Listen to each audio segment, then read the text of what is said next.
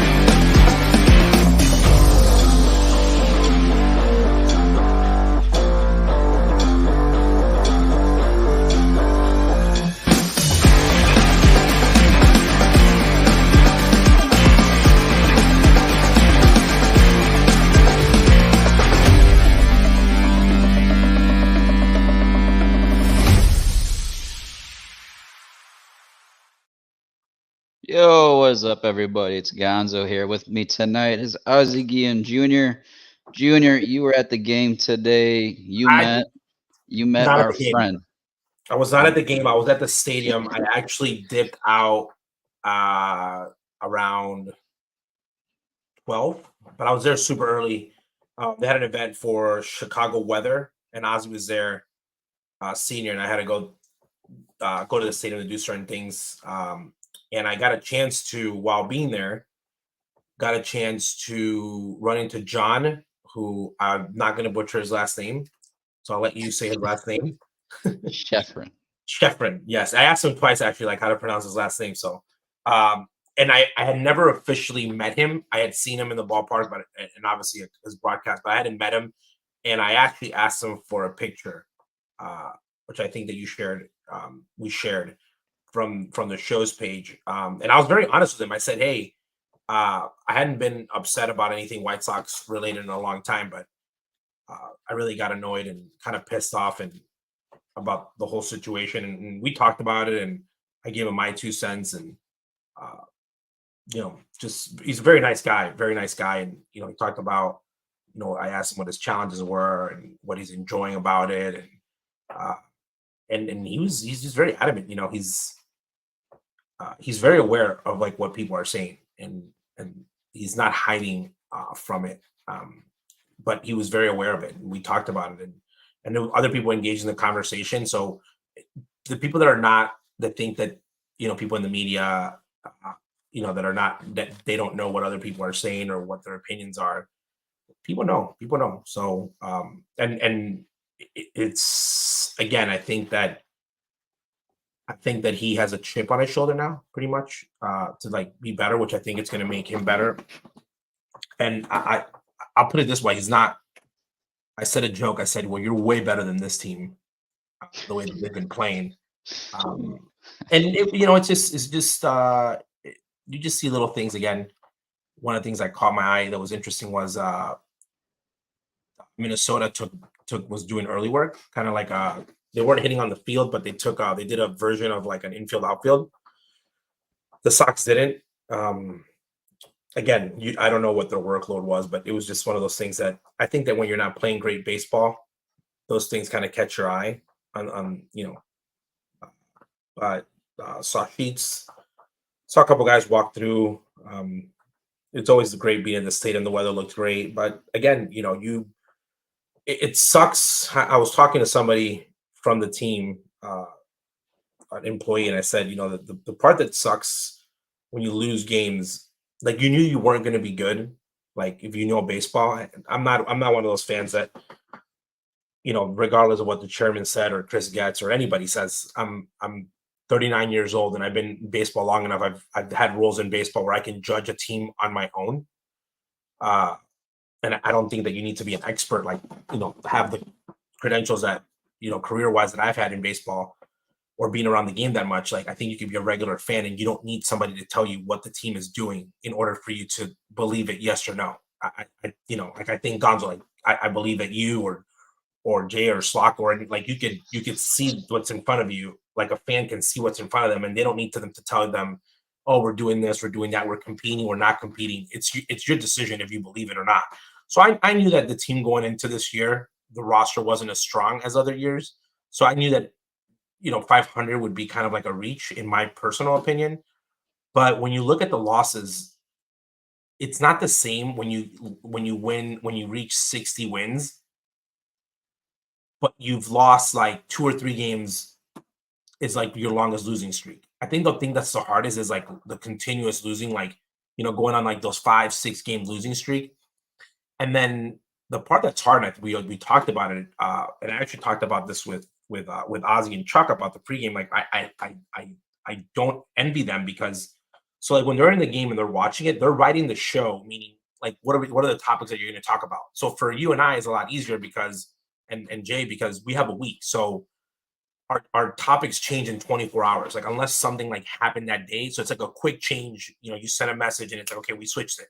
But imagine like if we were preparing every single day to do the game, like right after the game, how many times like they've changed their show because they have the lead in the 6 or the 7, and then like you're going to lead with that, and then the story completely changes. And that probably goes for the beat writers too, because I'm sure they start writing their stories, somewhere in the middle of the game.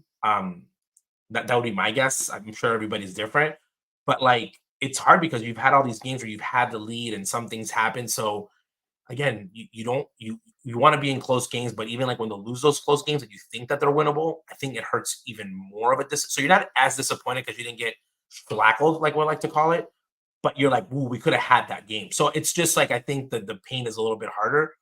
But I didn't think this team was going to win 81 games. So I knew they were going to lose a lot, but I never thought they'd lose consistently that much. Like, what are the Twins? 10 games in a row, but 7 against the Sox? Like, you would when you play that many games in a row against a team like the Twins, they're not the Dodgers. Like, when you look at them, they're not like a team that you're like, wow. Like, when they went and played Philadelphia, for example, you're like, oh, that roster looks a little bit, a little bit stronger. And they just come from playing Tampa. We were all talking to this, John. They came from playing Tampa, and then you play a Twins team that you're like, again, when you look at them on paper and even on the field, you're not like, oh, this team is like not unbeatable. Like you're like, we can, we look pretty even player wise against them. Other than Correa, there's like really no big name guy from their end, meaning historically a big name guy. And we have a couple guys in the Sox who had been swinging better. So I thought that we wouldn't get swept. So I think that's what was hard about this series. Like we went from having a great series against Tampa, which was awesome because I'm not a Tampa fan just because they never win anything. They just compete. So people think the greatest team of all time, but they're a team that competes. They didn't look great. They have a lot of really good players. They didn't look great. So I was like, wow, maybe the Sox are playing a little bit better baseball. And, having played the Twins a week before, I was like, they're going to come out and look that much better. But that wasn't the case. But there were all games that you could have won. I think it was like that first game series against Detroit. A move here, a move there, and I'm sure we'll talk about it covering the games. That was like what was painful about this week. Like I thought that there was a lot of winnable games in the series, especially coming off that sweep of Tampa. Which, by the way, I'm sure our viewers saw the walk off by Ben Tendy and John's call on that. That was so electric. It was so good to get that feeling again as a Sox fan listening to John call that. Devil's advocate. Yeah. And people are going to hate me on this, okay? Nothing personal.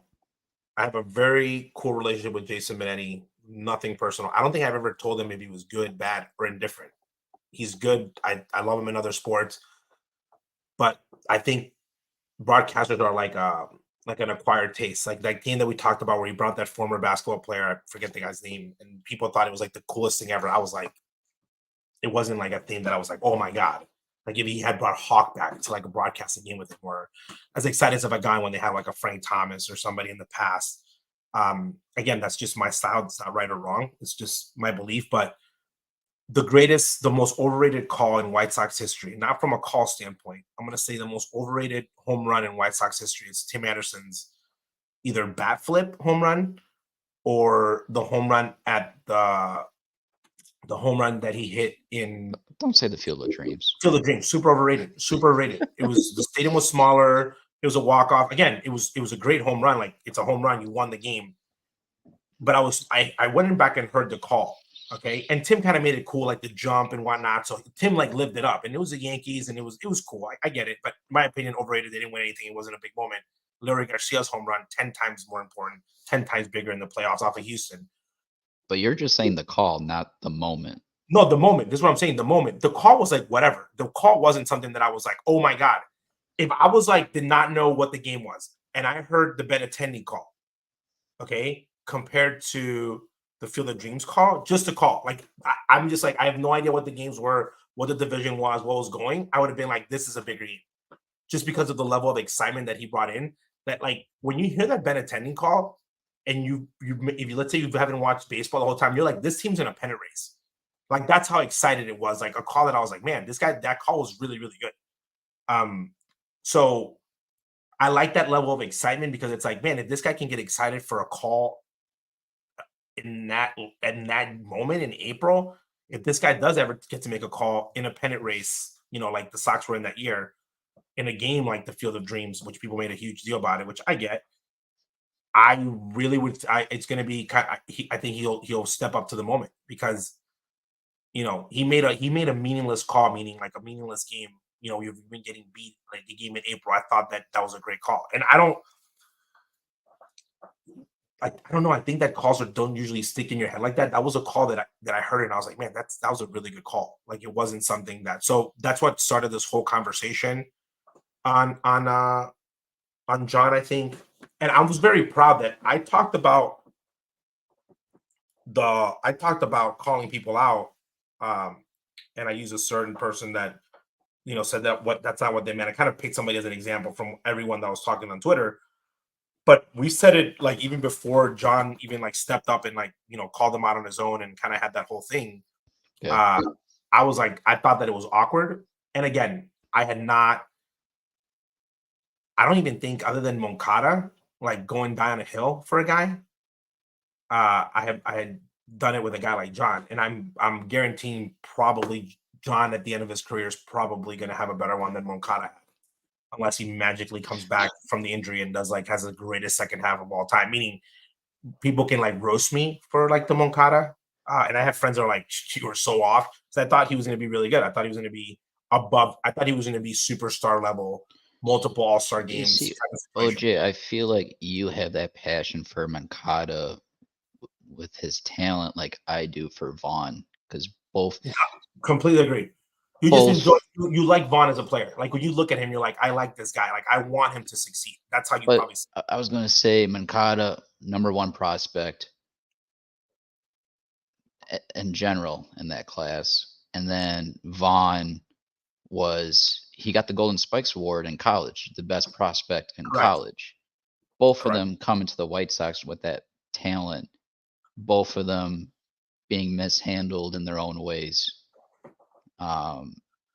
And now we're here. We just have to accept that. I think this is gonna sound really bad, and fans might hate me for this.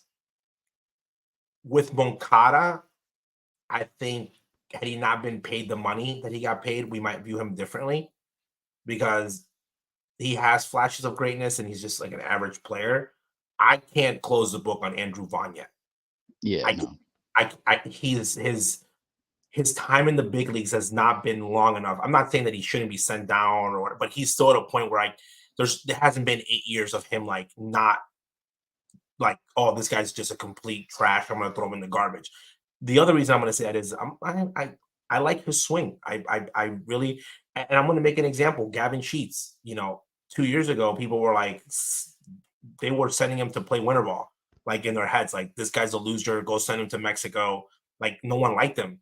And then he's become a better player, but he's another guy that when I saw him, his swing, his makeup, his pedigree, who like he's a baseball guy, having shared a couple conversations with him, I was like, this guy kind of gets it. I feel like that with Vonnie.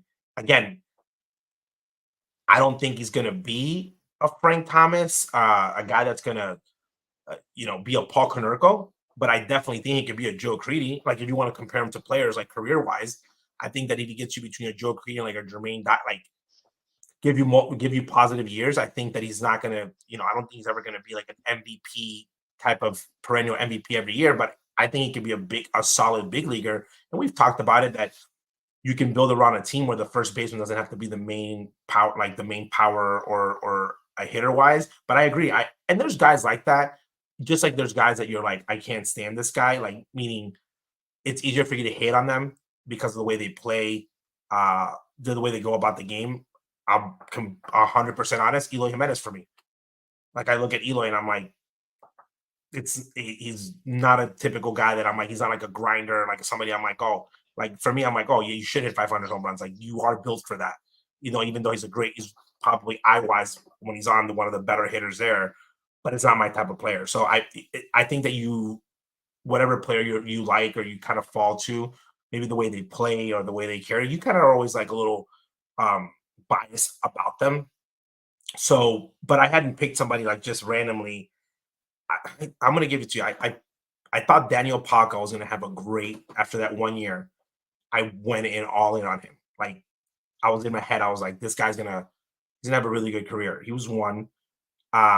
See, I never got to there, Polka, but well, that's what I mean. But I'm saying random players that like I'll say in my White Sox time, like Joe Borchard, I thought was going to be a stud when I first saw him in spring training. I was like, I used to tell Ozzy like he's your future DH, and he still makes fun of me for that because he was like, oh, he's not. So him, Palka, Viciato. I wasn't to say I was like I always saw Gavin Floyd. Remember him? Yeah. The pitcher. I always liked his stuff. I thought he was going to be good. I thought Javier Vazquez was going to come to the Sox and kind of just take it to the next level. He never did. Pitching wise, though, I can't say that Cease didn't do it because he was a runner up to a Cy Young and he wasn't here for the long haul. So if he succeeds elsewhere, he's still that guy. And then Michael Kopech, they're both open. I think when I met those two guys, which I met them the same year, like pretty much around the same time, I was like, these two guys are going to have legit big league careers, be around for a while. And again, those two are still open, so I can't. And then obviously Moncada, but again, those guys had a couple better pedigree than and resume than a couple of the guys that I mentioned with Borchard. And again, and so fans are going to have their favorites. That's just what it is. But yeah, so I put first time I pick a broadcaster in those lists of guys that I'm going to die on the hill for. But Vaughn actually, which people didn't realize this, but prior to today, he just came off of back-to-back games with multi-hit games. So, like, he's finally starting to see the ball a little bit better. And that's the thing. Like, I think that when people right now, they've been comparing Abreu to him. And the big difference is this. Abreu is fighting for a pennant race, meaning his team. So it's like a team thing. We don't have to worry about that with the White Sox. So I want to see him get as many at-bats. If he gets to figure it out, and I think that's the greatest thing for a player to do, if you get to figure it out while you're in the big leagues, like battling and struggling, I think at the end of the day, you appreciate that more, like meaning playing your way through it, like the slump. And if anyone's earned the right to kind of play through the slump of like, maybe we owe it to him, it is Vaughn. And he's hard, man. Like he had no time in the minor leagues, came up in a weird year, like a weird baby season of COVID that White Sox fans think it's like the greatest season of all time, but it's a BS season. You know, yeah, some guys won some awards or whatever, but from the development wise, no people in the stands. He wasn't playing his normal position. I think that you don't want to blame other things for like factors of development, but his development is a little unorthodox, I would say, compared to other people's development on the way that they're carried, that their development's been carried out. So I think, let's be honest, man, Vaughn can have 2 great months coming up and he'll be back. I don't think that he's that deep in the season where you're like, he better hit 500 to be able to break 200. Like, I think he's early enough in the season where he can carry himself still.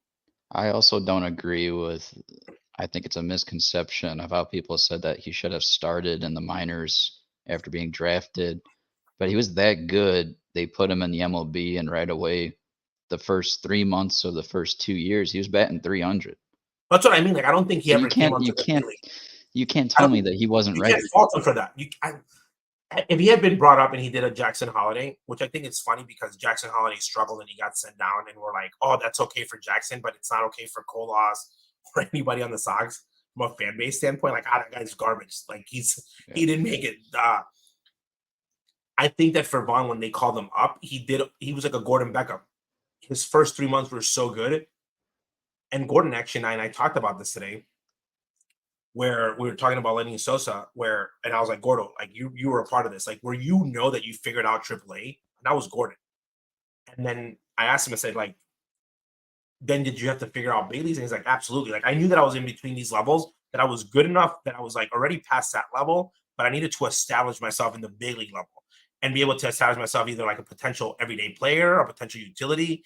Because I think when you're in the big leagues, like 8 years as a utility player, you're like, this guy has done something. He's figured out how to do it day in and day out. That's what I think Andrew Vaughn is. Like if Andrew Vaughn goes to AAA, he will hit 30 home runs. Like you'll hit between 20 and 30 home runs. Like he will put numbers, and you're like, this guy deserves to be in the big leagues.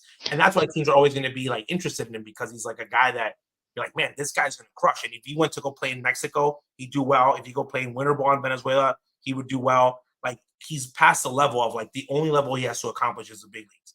And that's what he's battling with right now. So that's the thing, is this is the first time in the 3 years? Yeah, that he's like struggled this way. Absolutely. Yeah. So that's what I mean. Like I think the game That's going to happen in your MLB career. All right. I think the game's being lost the way that they are. I think he's been taking a lot of like it's your fault type of thing. Again, he went from having the first 3 weeks of the season. It's not the same. I don't care what anybody says, how much they hate Moncada or whatever. It's not the same having Moncada hitting around you or Pantera hitting around you than having other people hitting around you. Like, your success sometimes because of the way that you're getting looked at, and the people around. Again, that's not 100% an excuse, but I think he's going to battle his way out of having an average season this year. Like I don't think he's going to just be a 100 hitter the whole time. I really don't. And I think that if he is, I think you just can't discard him and be like, we have no first baseman. And I think that you try to find the other option, and then you kind of like try to figure it out, but you just can't.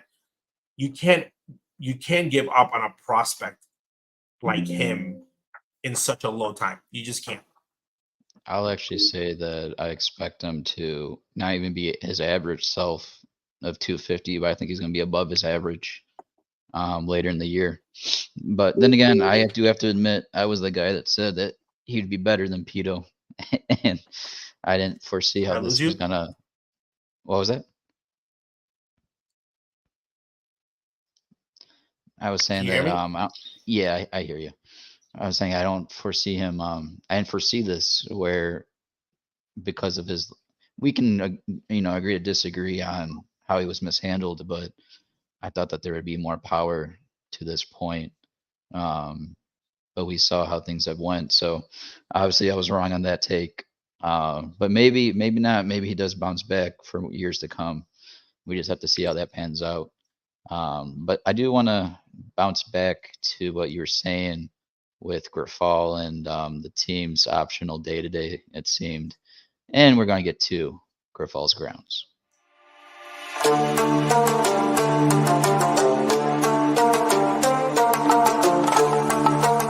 I don't have a problem making decisions. I don't have a problem making a call on a pitcher. I don't have a problem making a call on whatever our team needs at this particular moment.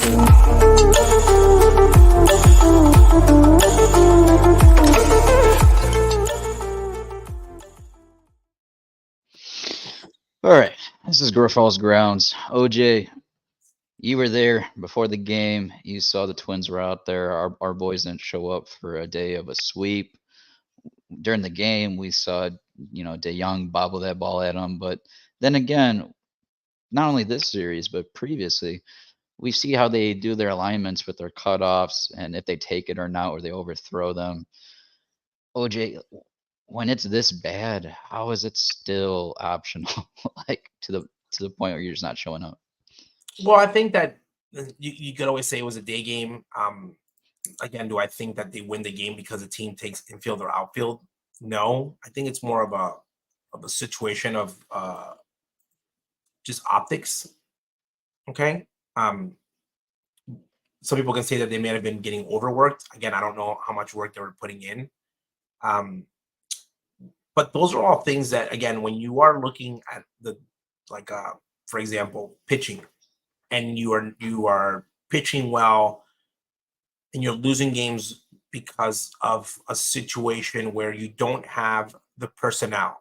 Okay, you don't have that much depth, so you might be missing a closer or an eighth inning guy because every time you go to there, you're like, oh, you're struggling. But the White Sox right now are second to last in walks.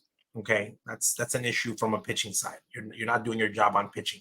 So at this point, from a walk standpoint, they're doing just as bad as offensively. But then defensively, when you look at it, just from this past week, and you had the play where I think it might have been Nicky Lopez did not have the tag on the guy at second on the stolen base.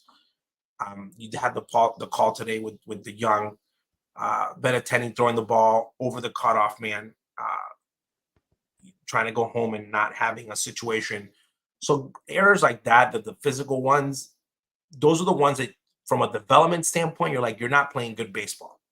You're not playing solid baseball. And that's where it's intriguing, because you could be a losing team and still be playing very solid baseball, hitting all your cuts. And if I was like keeping stat at home, those are, or even at the coaching staff level, like from a development standpoint, I'd be checking those things out. Like you do, hey, did we move the runner? Did we drive the run in with less than 2 outs? Are we hitting the right cutoff man? Are we hitting the relay guys? Are we making was it an error that could have been avoidable? Was it a mental error? Was it a physical error? And kind of like have that minor league approach where you're kind of tracking all those things, and then going at it, because the more they talk about it, especially Pedro, the more that it seems that they're out of that situation. And if that happens, then you could, you go Wilson, then they went Leon today, for example, then Hill, Banks, Brevia. Brevia gave up 2 runs, and the bullpen today struggled. But even before getting here on bullpen management situations, you're like, they're at a point where you don't even talk bullpen. Like, they can't even do the defensive things correctly because they weren't even in the game. That's a play you have to make. So little mistakes like that from a defensive standpoint. And today, for example, you saw Drew Butera get kicked out of the game. The umpire actually had a funny moment when he said, "Who are you?" For Drew Butera, because Drew Butera did not think he was getting some pitches from his catching standpoint. And again, you might have been working with the catcher on something. Certainly didn't like the umpire was not giving the pitcher or the catcher the pitch that they wanted. So you see some life from the club, from the dugout. But I think from a defensive standpoint, I knew that this team wasn't going to hit. I've been surprised in the starting pitching from certain guys. I was surprised that they're walking this many guys, but I'm extremely surprised they're playing this bad of baseball. Like, meaning defensively wise. I thought that defensively, when they said we're going to get better defensively, you're like, okay, cool, I get that. That makes sense. Like, they're like, yeah, you see Nicky Lopez, you see like there's improvement talent wise from a defensive standpoint of the ball. Offensive, that's a different conversation, but defensively, you're like, okay, we don't have Gavin anymore in right. We're going to have a different shortstop. We have a better second baseman defensively. Like, those key positions, even the backup guys that they brought, I thought they were good with the glove, but that has not been the case. That has not translated what was on the paper onto the field. And it could be for many reasons, but at the end of the day, it falls on Pedro and Pedro's staff. And that's unfortunate. That's just the name of the game. And that's something that you have to take responsibility wise as a coach when your team plays bad defense. And there's no communication out there in the outfield with Sheets at all. That's the second ball I've seen dropped. No one's calling it, and it just drops. And you'd like to see the outfielder coming in to call it off and make the catch. But I don't even trust Sheets out there in right field to come in and catch it. Like, I have more faith in whoever the second baseman, if it's Lopez or I saw Lennon Sosa going after one. I trust those guys more than I do Sheets coming in. And Sheets should be DHing. Again, they're trying to make the lineup as they can. I think Sheets should be the DH or playing first when you're giving Vonnie a day off or flip them between them. But I think that the part that's interesting about when you're talking about defense, okay, usually when a player makes a mistake on the field, if it's not one of his own teammates, the first thing you ask is, and you can apply this to any level, is what were you thinking? And the good coaches do this. And what I mean, what are you thinking was, for example, on the young, let's say it was hit for a double play. I needed to I was trying to hurry up because I thought the runner would beat it out at first, and the ball wasn't hit good enough. Sometimes you're honest, like sometimes they'll give you a response like that. Sometimes the real good ones say, I just effed it up. Okay. When you start making excuses, and DeYoung did that today on how the ball's spinning, and the ball was spinning at a rate and it was a hard play. That's you kind of irk at that, but you never want to give excuses or players that give you answers that are either that are BS or that you think better BS. I'd rather have a guy say, you know what, I messed it up, I'll get the other one. But when you try to get too smart with your answer and not say, hey, we messed up, we're not good at it, that's what I'm looking for. But that's when a coaching comes in of like, hey, what were you thinking? Because that's what the development happens of like, hey, what was your approach on that? What were you trying to do? Oh, well, I was trying to get the out. Trying to make this specific play. That's what I would hope that they're talking to them about individually in those situations, if it's either Pedro or whoever's in charge of that coaching, and then work on it. And then work on it and say, hey, we've been working with so-and-so. We hope we don't see that mistake again. And the way that you show people that you have is that you learn is that you don't make that mistake again. Again, we're at that point of baseball where we're trying to develop better baseball players on both sides of the ball. Development. The more you develop, the better, the more games you're going to win because your talent has gotten better. That's what we have to look. So start from the coaching standpoint of like, hey, what are we working with? Am I making you like Andrew Vaughn should get better defensively. Nicky Lopez should, if you're developing them the right way, they should get better at all the things that they're doing on a daily basis. Defense being the most important one. Because today's game, you make that play, it might be a different game. You might have a win in the column instead of a loss. Yeah, no, for me, I took it that the fielding was going to be better, not not in totality. I just thought at the very least the fielding would be better. Because even if you look at the outfield as it's constructed, I've got my questions about Robert and his arm in center field, let alone the liability of Benintendi and Sheets out there. I already know their liability. So the fact that I still have questions about, has Robert been improving his arm strength out there? That's still a question for me. And if that's a question for me, then I know we're in trouble with anything hit out in the gap and them adjusting their cutoffs. So for me, it's just a huge liability. And I don't know how they're going to, construct things going forward, OJ. Well, when you're looking at team fielding, okay, and you're looking at, for example, the errors last season, the most errors committed were the San Francisco Giant with 117 errors in over 6,000 chances. The Chicago White Sox on that list, when you look at them from a defensive, they were in the top 10 of worst defenses in the league. Okay, that's without counting. That's without counting the analytics on the fielding Bible and all that. This is just straight errors, put outs, assists. They ranked 56 in fielding, like ranking. The game started. This is Baseball Reference, but when we're looking at the same thing in 2024, and you're saying, okay, they've literally have gotten worse from an error standpoint. You've gotten worse from just in general. If not worse, the same. And that's where you need to say, okay, what's going on? And that's the part where you have to consider and say, okay, are we doing the things the right way? And is that affecting the way that we're doing stuff? Exactly. Only the Marlins, I believe, and the Cubs are worse than them right now defensively. Yeah, I don't know how it's going to get better. One thing I did want to mention, Bravia before Barrera, and then we just saw Barrera sent down to bring Schuster back up. Pedrolytics. Pedrolytics. Those are the things that are very hard to explain because they're so out of like the norm of what you're doing or what he's shown us that he's doing. They don't fit an analytical approach. They don't fit an old school approach. It leaves your head scratching of. That's why I labeled it Pedrolytics. Really no explanation. I'm sure he gave one. It was surprising. It was very surprising. Because it's not something that it's the norm when it's coming from a manager.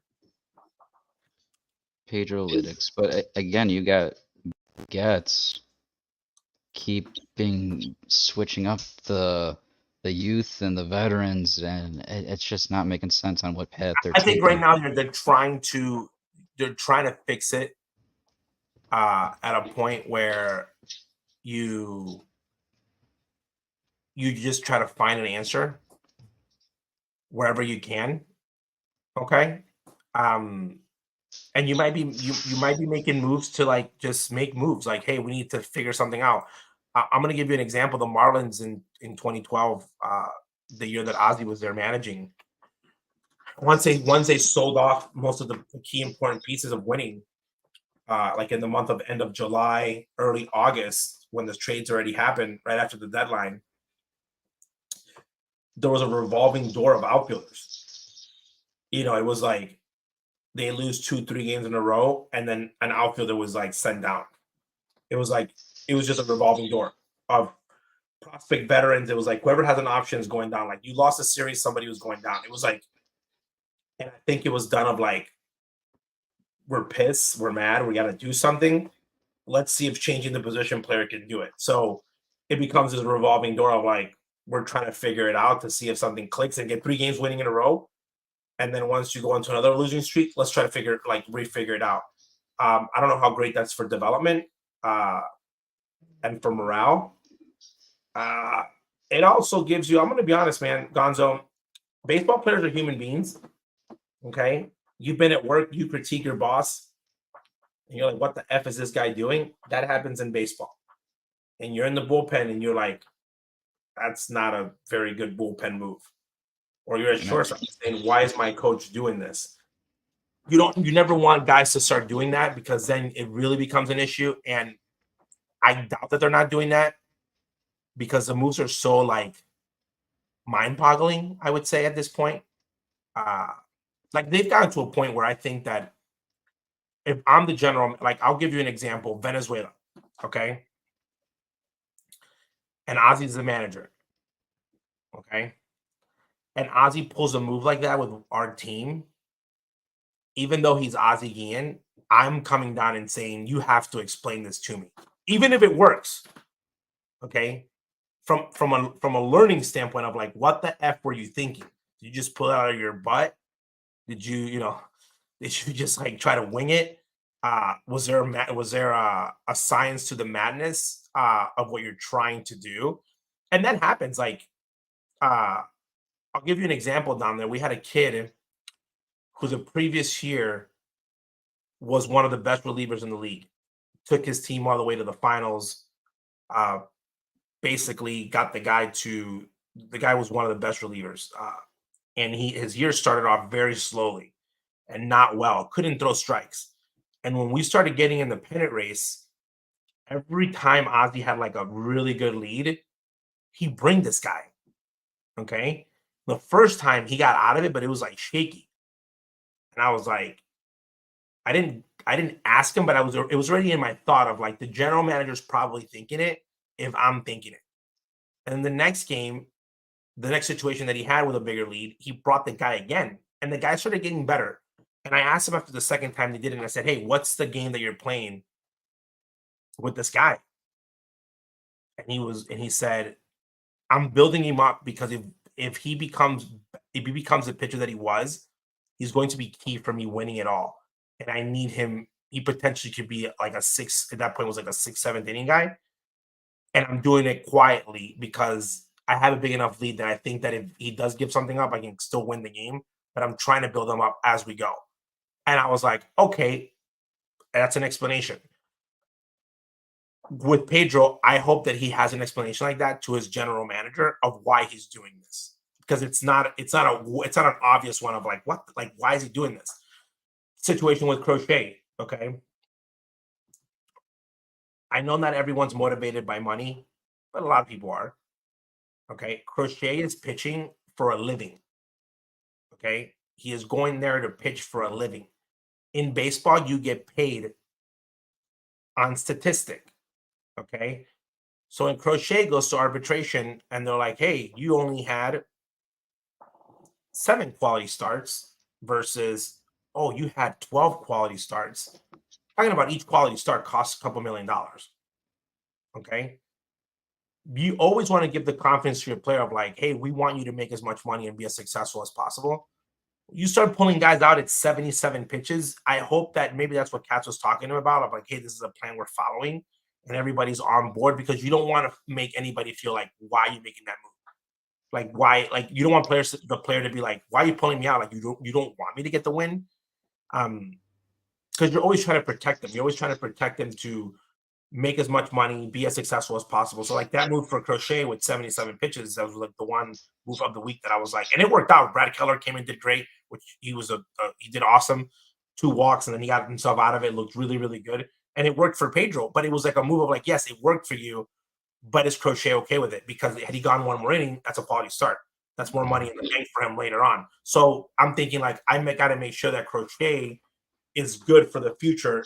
And he's not like, wait a minute, you're going to leave me when I don't have a chance to get a quality start. You're going to make me go 95 pitches.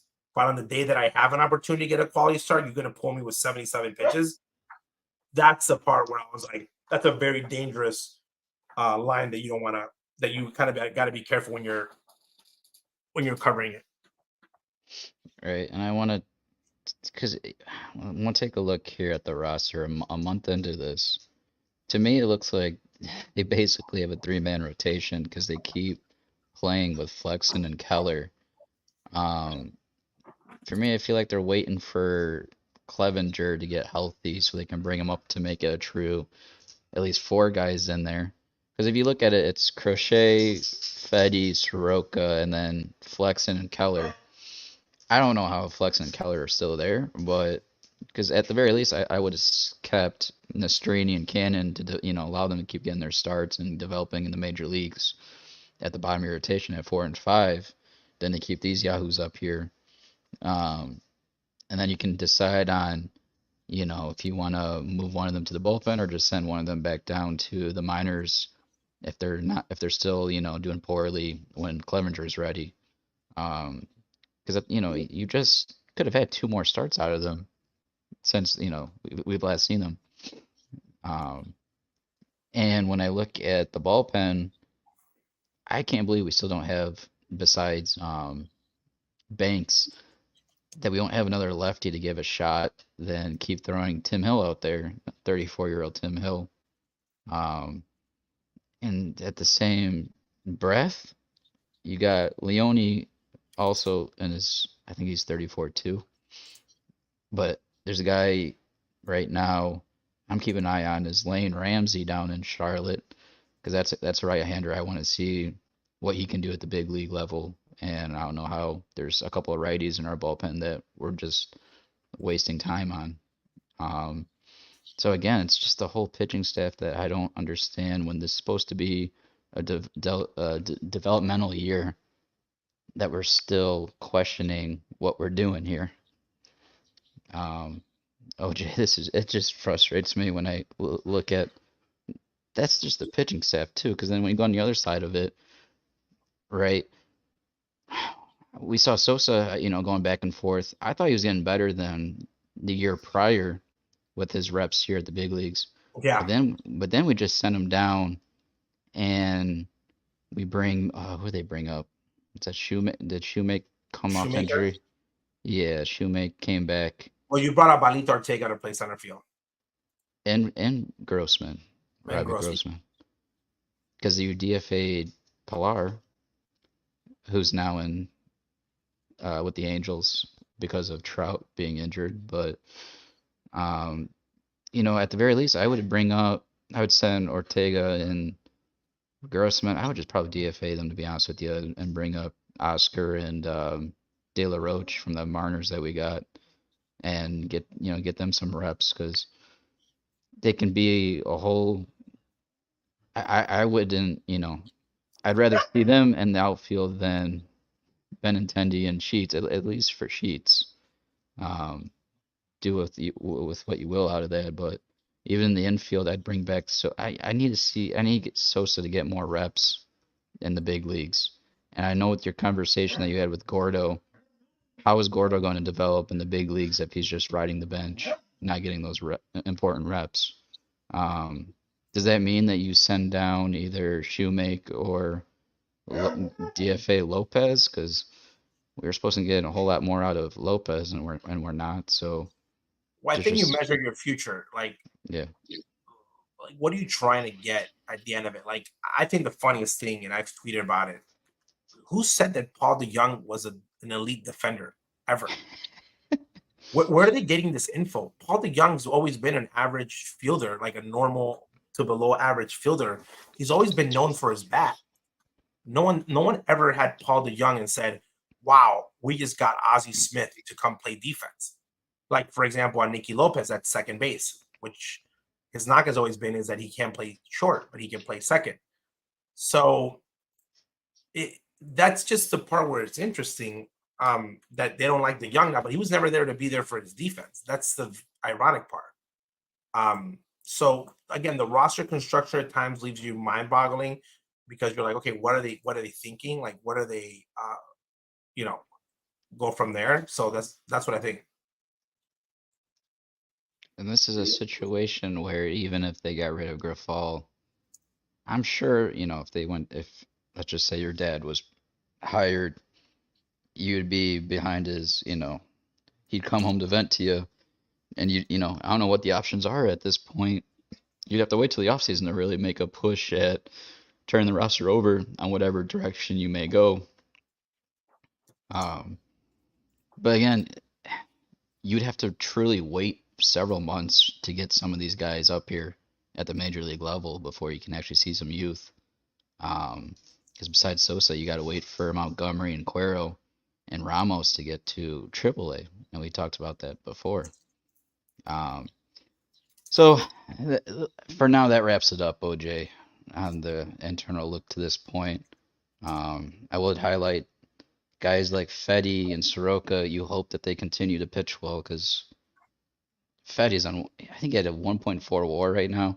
He's actually up there amongst the MLB leaders I saw today. So if he keeps doing that I think he's on a $13 million deal or whatever it was for 3 years. He's on a very valuable contract. You can get some value out of him.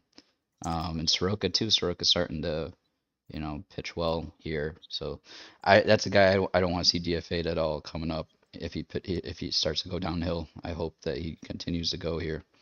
But let's take a look, OJ, at the White Sox Weekly here for us.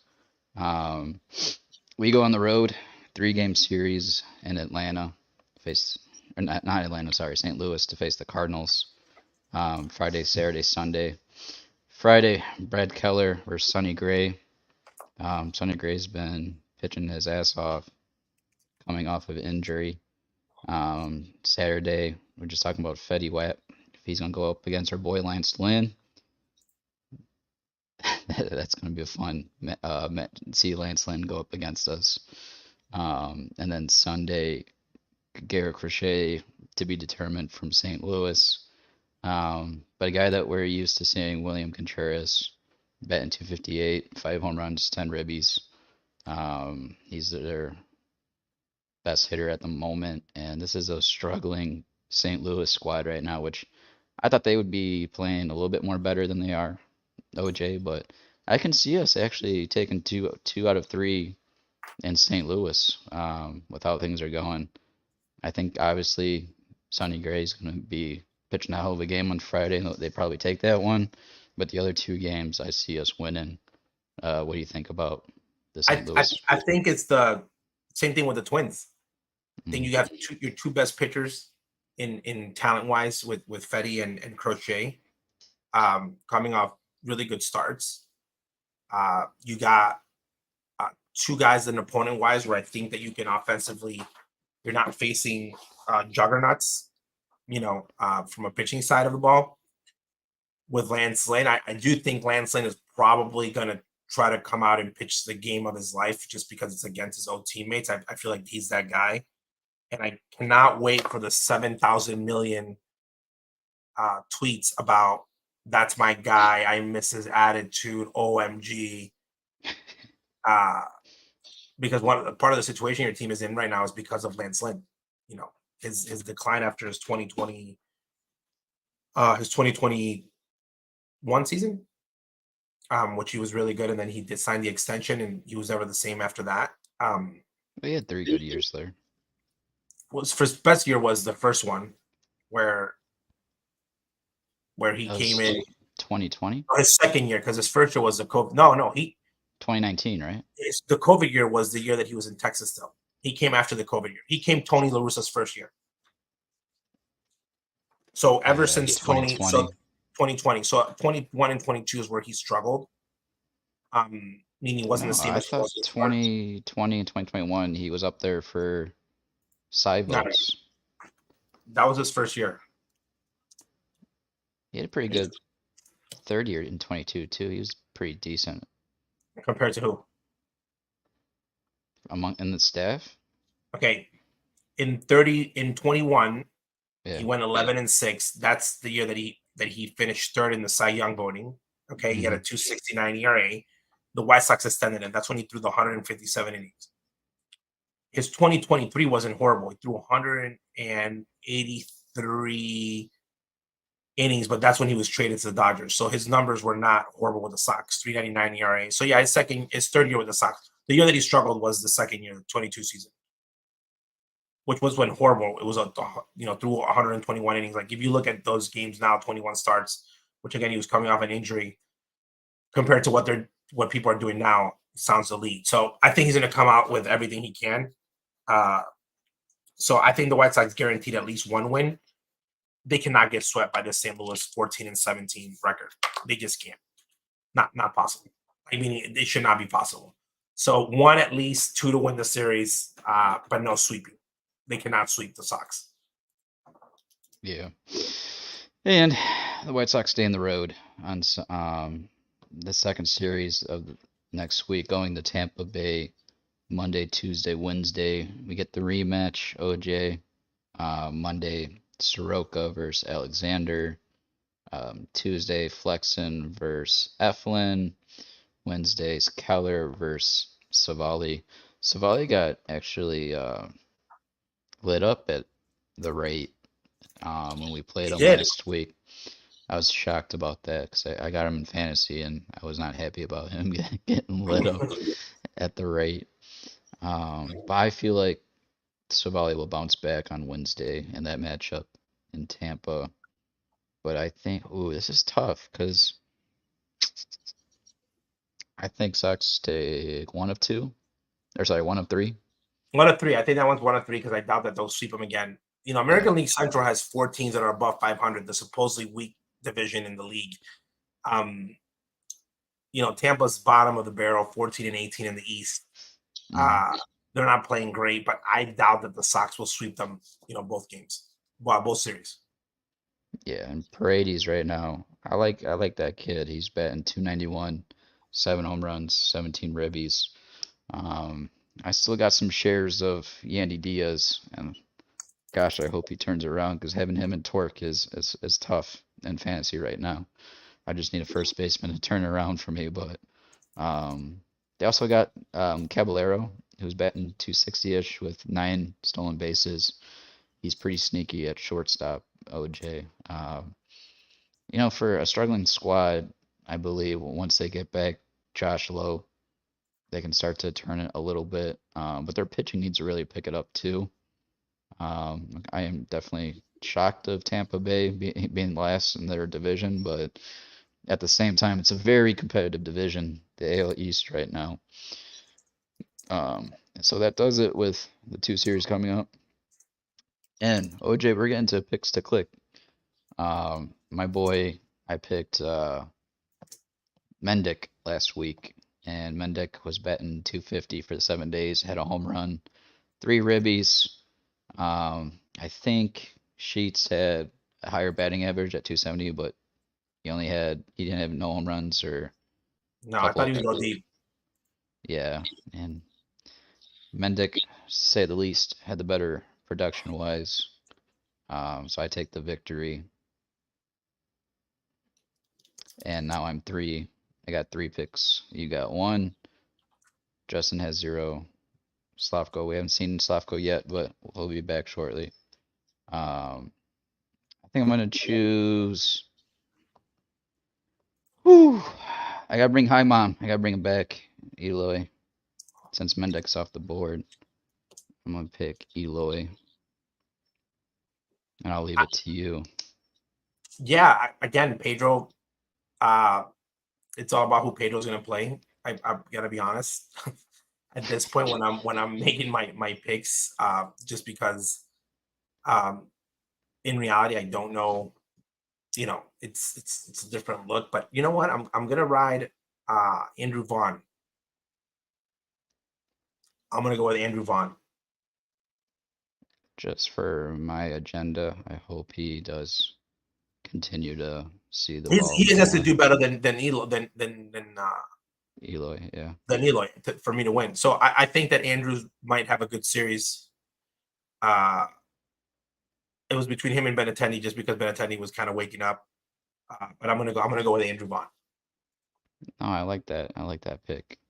And I'm gonna share that with our viewers and listeners. So I'm picking Eloy. OJ's picking Vaughn, who, like I said earlier, he's coming off of multi-hit games the past 2 days besides today. Hopefully, listen, we do need Vaughn to pick it up, start driving the ball in, because even in those multi-hit games, OJ, he did that really early in the game, taking those multiple hits, and then he had, several opportunities later in the game to drive runs in, and he didn't do so. That sucks to see because that's a guy that's really the heart of this offense when it's just him and Eloy right now. Correct. And Moncada's recovering well. Had a chance to catch up with him as of recent, so his timeline is more optimistic than obviously not ever playing with the Sox again. So that's something that's cool to at least round up, like, to think about it and say, wow, okay. But I think Bonnie, again, I think that it's a new month. It's another reason why I picked him. April's behind us. May's ahead. I think that he starts getting a little bit better and swings the bat a little bit better. And I think that this is a series where he's already faced the Rays once, so he gets to see those pitchers for the second time.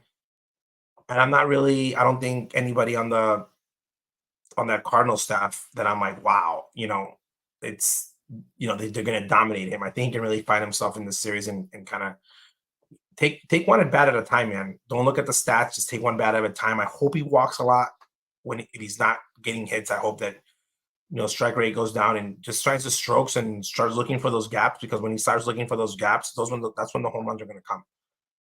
But keep it simple, go gap to gap. Like Walter Rignac used to say, keep your effing head down.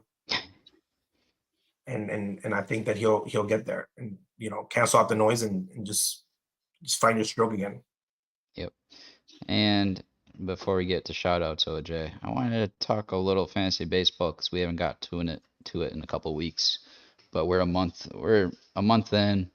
Our co-commissioner Caleb here at the beginning of the show mentioned about him being first place in my division, at least. Actually, your division too, because you're with us in the AL division.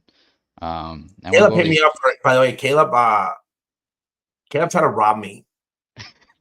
Literally, send me a message late at night, try to just take advantage of me. He'll do that if you let him, bro. Yeah, yes, he did. He only asked for Olsen and Ramirez. That's all. He was just like, I'm interested in these two hitters. Oh, wow, okay. You're trying to get me sleeping? Like, I was like, oh, that's all you want? What do you offer up? And who cares what he offers up? Because look at KG, man. KG's feeling. Caleb was in KG's DMs too late at night. Yeah, he's offering, and when you ask for this got to be in every league. Like there's players on your team that are like these blue chip players. Yeah. Okay. That it's like you're gonna ride them the whole season because it's not like a hot bat. So unless you're offering like your team's like horrible and you need to replace like 7 positions, like at least like 3 or 4, you're really not going to pull the trigger on it. So I decided it was funny. He is in first place though, which is really good. There has been a good balance of we're not really seeing like anybody, like I went from like first place, like last place to like this week I ended up in 4th, 28 and 23. 10 games back from first place, but 4th place in my division. But I have 10 more wins than the guy who's in 4th place, good guys, that's in the other division. So our division is the strongest, Gonzo. Yeah. You and our division is definitely the strongest. You got between Jonathan and the dragon riding, it's like Oakland, the Rockies, and the White Sox. Can we change those names to the bottom of the barrel, please? But I think Burger Bombers in the other division is the only team that I'm like out of like if we were playing just straight up division, the only one that would be like considered somewhat of a competition right now is Burger Bombers in the NL division. If you I look do at gotta say though, Eric in second place, Martinez in that division, or Eric Martinez in he came second. back. He came back. He's dangerous. He's at 23 and 22 now. I took my first loss last week, and he handed it to me on a Correct. platter. So I had to humble 23, myself. But he's at 23 and 22. So like I would say again, Josh is at 21, but good guys, the Dragon Rider and Moran, they need to start making some moves before they're left behind. But this week, and again, it's like every week that you open, you're like, oh, my team's gonna do really well. Like I've started off this week already by losing. I am facing a decent team, even though that he has Orlando Arcia playing short. Don't want to get beat by anybody with Orlando Arcia shortstop. I'm gonna have to switch up my style, to be honest. My starting lineup at times is very Cleveland Guardians heavy. So You're riding that wave. I'm riding the Guardian wave. Oh, here we go. Here's the bottom. No, I came in at the wrong fucking time. Bottom of the barrel. The Guardian wave. I'm gonna leave and come back. No, I was talking about your team. So like I got the Guardian wave. I was talking about your can you please rename your fantasy baseball league team? Why? Because you guys are at the bottom. So we're just gonna give you guys like real team names like Rockies, Sox. No, you're not finna fucking bro. It's 4 weeks. I'm gonna club the guy I'm playing right now. I have to climb back up. It's okay. It's all right. You call that climb? You better get a rocket. I'm gonna tell you right now, bro. Okay, since you guys want to, let's do it. Gonzo's been trying to bully me into fucking talking about my fantasy team. Let's fucking do it. All right. Cabillia would not help this team. Luzardo is hurt. Bayo is hurt. My bullpen is Andres Munoz and the ghost of Josh Hader, okay? I'm fighting for my life every week. Every week.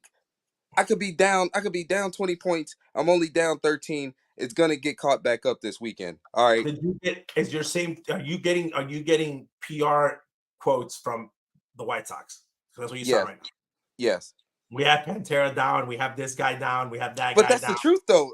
That's the truth. I got my catcher went down. So again though, Gonzo, the reason when you jumped in, I said that my lineup, it's been effective. But I don't think that this strategy is gonna work for me the rest of the year, where I got 4 guys on the same lineup in a fantasy team. Well, I mean, I like it. I like that. I like that sort of thing. And I'm gonna give you a prime example, right? Gunnar Henderson, Adley Rutschman, and Ryan O'Hearn, 1, 2, 3 in the Orioles lineup. You could have those 3 guys, and that's a dangerous situation every night for right-handed pitching. Like I hate the Cubs, right? I despise them. But My favorite, exactly, Morel, and then I just picked up, somebody dropped Ian Happ for some reason, and I picked up Ian Happ. So I'm gonna have that combo, that 3-4 combo, the rest of the season. That was me, by the way. Wow, Gonzo, thank you. I don't need him. Yeah. But I got I got Rosario, who's a former Guardian. So I'm just very Guardian heavy. Yeah. That's on offense. On the defensive side, I got Class A. I had Mr. Beaver. He went down. But again, now are you getting PR from the White Sox? I've not even talked about. I did not talk about one time but the guy that was having a Cy Young starting season going down. I haven't even mentioned him or said anything. Man. I just went myself and got myself. I got Keller, Perez, and Sale to help me. Hey, are you open to trading Matt Olson? Send me Matt Olson real quick. Matt, yeah. Why was anybody asking about Matt Olson? Am I like they have like rookie GM in my forehead? No, I'm just saying he's batting 200. There's guys like me who are losers and thinking we could buy low on him. No, I'm not. Unless you get Matt Olson. Unless you have a guy, okay. So like, I don't know if anybody has him right now. Is Gavin Sheets picked up from our league? Hell no. Okay, so this is where you ride. Thank you for telling me he's not. So I have Eloy. Okay. What? He's one of my bench guys, and he's a guy that I told Gonzo that I was picking up because I with a high ceiling, and I actually have played him in a couple games where he's actually kind of like hit well. But like Gavin Sheets. Like right now, I have Alejandro Kirk. I just drop his ass for Sheets, and ride Sheets hot bat when it gets hot. And then that's when you say, let's say I catch lightning, lightning, and I know Sheets is going to carry those numbers for a while. That's when I'll trade Matt Olson because then I'll have two guys that I'll eventually have to move. But you might have the rookie GM hat on if you're relying on Sheets in this fantasy league. That's what I mean, though. But like the only way that I'll do it, like let's say like he was like doing good for like 4 or 5 months, and I had him. That's the only way I would make a move like that. I really needed a position player that I was like. So let me ask you guys, who's your secret assassin that's been low key helping your team? Anthony Santander. He's struggling right now. Oh, helping the team or like helping struggling? the team, not killing you, but like. Ahmed Rosario. Really? He was hitting like 400 till not too long ago. Yeah. He's look at my thing right now. He's hitting the highest average. I picked up his homie Richie. I picked up another tribesman, Richie Palacios. Picked him up last week. Yeah, I really like the way he plays the game of baseball. I do too. My surprise on the free agent, at the claims was Travis Arnado. I always pronounce his name wrong. Atlanta Braves catcher. Travis d'Arnaud. No, he was just there. He's been on a tear ever since I picked him up. He's been on a tear, so I haven't really missed. Who was my secret pick? Francisco Alvarez was my guy that was doing well low key, but he broke his finger. He tore his thumb out of place. Tore his thumb. It was the first week. It was Micah Garcia. But then Micah Garcia went on a 26 at bat, no hit, no walks, just straight up Ks and pop ups. So I was like, he got demoted for meaning you're my guy, my go-to guy. But I would say it's Ahmed Rosario because, again, did I know Stephen Kwan was going to be hitting 360? Yes. So he's not a surprise. I hate you, bro. I really hate you. Stephen Kwan's greater than Pantera. He is. Steve, if you look at White Sox fans don't want to hear that. Stephen Kwan, but again, he was a guy that I had him in the draft. I had it on my piece of paper. Kwan or nothing else. Hey, Gonzo, you see my bullet hole in my wall? But yeah, what is that? That's a bullet hole. What? You know what Chirac is? Really? Yeah. Well, you got to hear the story later on. And why is your camera still there? Because I'm not fucking moving it. It adds character. Actually, the chance of another bullet going through that hole are very hard. So you should probably stand right in front of that hole. Look at that. Stand right in front of that hole? No, not a chance. I'm just saying, matter of fact, you didn't even say pause. The chances of the bullet going through that again. Someone's going to say that you're being offensive for saying that you're calling the city Chirac. It is Chirac. I live here all my life. And the weather's getting warmer. What does that mean? I picked up He's Michael gonna Massey get today. another hole. I picked up Michael Massey today. Gave me grand slam. Really? Oh, Yeah. And dude, all right. Gonzo, you The know what? app is growing on me, Gonzo. So Yeah. it's only half crap now. That's progress. It's progress. Yeah. Dude, I So hate the for fact that we me- don't get credit for walks, bro. It's for a reason. For Fuck me, you. Well, William even want Contreras. Joy Gallo to strike. I got Weiler Brave. I don't care who you have Hey, by to the way, get did you guys walks. see the stat that the Guardians are the best minor league team on getting on guys on base with walks or other forms Fuck of hits them. on base? Fuck them. Just throwing it out there. Are they still the best team in Major League Baseball? Just asking for a friend. Yes, for a friend. So to answer your question, OJ, for me, William Contreras has been a dog for me. My dark horse, who I picked up week 1, was Cowser, who has been on a Ooh. tear. Yeah, Ooh. thank you, Juan. By the way, I They appreciate be having you. him mic'd up, Gonzo. Cowser was mic'd up the other What? game. He was mic'd I was up. surprised. I was surprised he gave up on him so early. Say He that just let him again. go. I'm saying he just let him go, and then you picked him up, and I think he was just allergic to the other former manager. Oh, by the way, I'd have way better points if Pedro didn't hate me so much and wouldn't close Kopech. Bro, did you see what what they did to Perlander? The man threw 8 pitches and got sent back down, bro. Yeah. That's Well, who'd sick. you get? Didn't you pick up what's his face? You thought he was gonna be the closer. He's only closing the door in the bathroom before coming in to say. Who? Leisure? No, Barrera, whatever. Oh yeah, I picked him up, bro. But that's okay because I'm just gonna put him on the minors. Now I got a free roster spot. He picked him up. It was like he's just closing the bathroom door. That man gave me 8 pitches, OJ.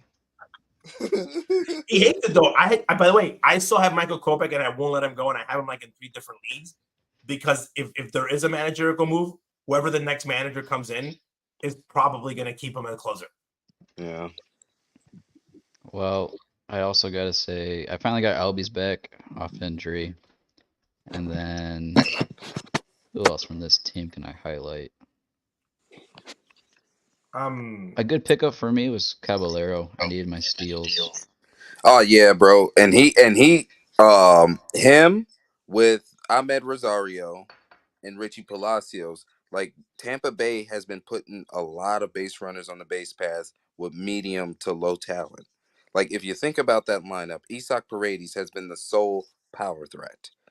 Randy Arozarena has been terrible, absolutely unplayable right now. Mm-hmm. And then Like- also with Bergman struggling, I had to decide between Josh Smith and Freeman from OJ's Guardians, and I picked Josh Smith up, and he's been helping me out while I wait for Bergman to figure himself out. And I actually made a trade. Well, I mentioned Josh Lowe earlier. He'll be coming back this weekend, so that will help my outfield more. And then that's actually one of the reasons why I dropped Hap, because I knew that Lowe was coming back soon. Do you think Josh Lowe is a better bet than Ian Happ? Yeah. I think Josh Lowe is going to be hurt the rest of the off and on the rest of the year. But so is Hap. He's battling his hamstring too. Yeah, but I can trust Ian Happ to play hurt. I can't. That's why I dropped him. He's literally going to do it. Like if Josh Lowe is hurt, he's going to hit the IL every Yeah, chance. but he's not really putting much in play right now. So I'm just getting a just a little quick update. So the White Sox today had their I like Josh Lowe. I like him. I'm just saying, his injury history is kind of piling up considering the fact he's only been in the league about 1.5 years. Is that a positive or a negative? So I'm giving you guys a little insight right now.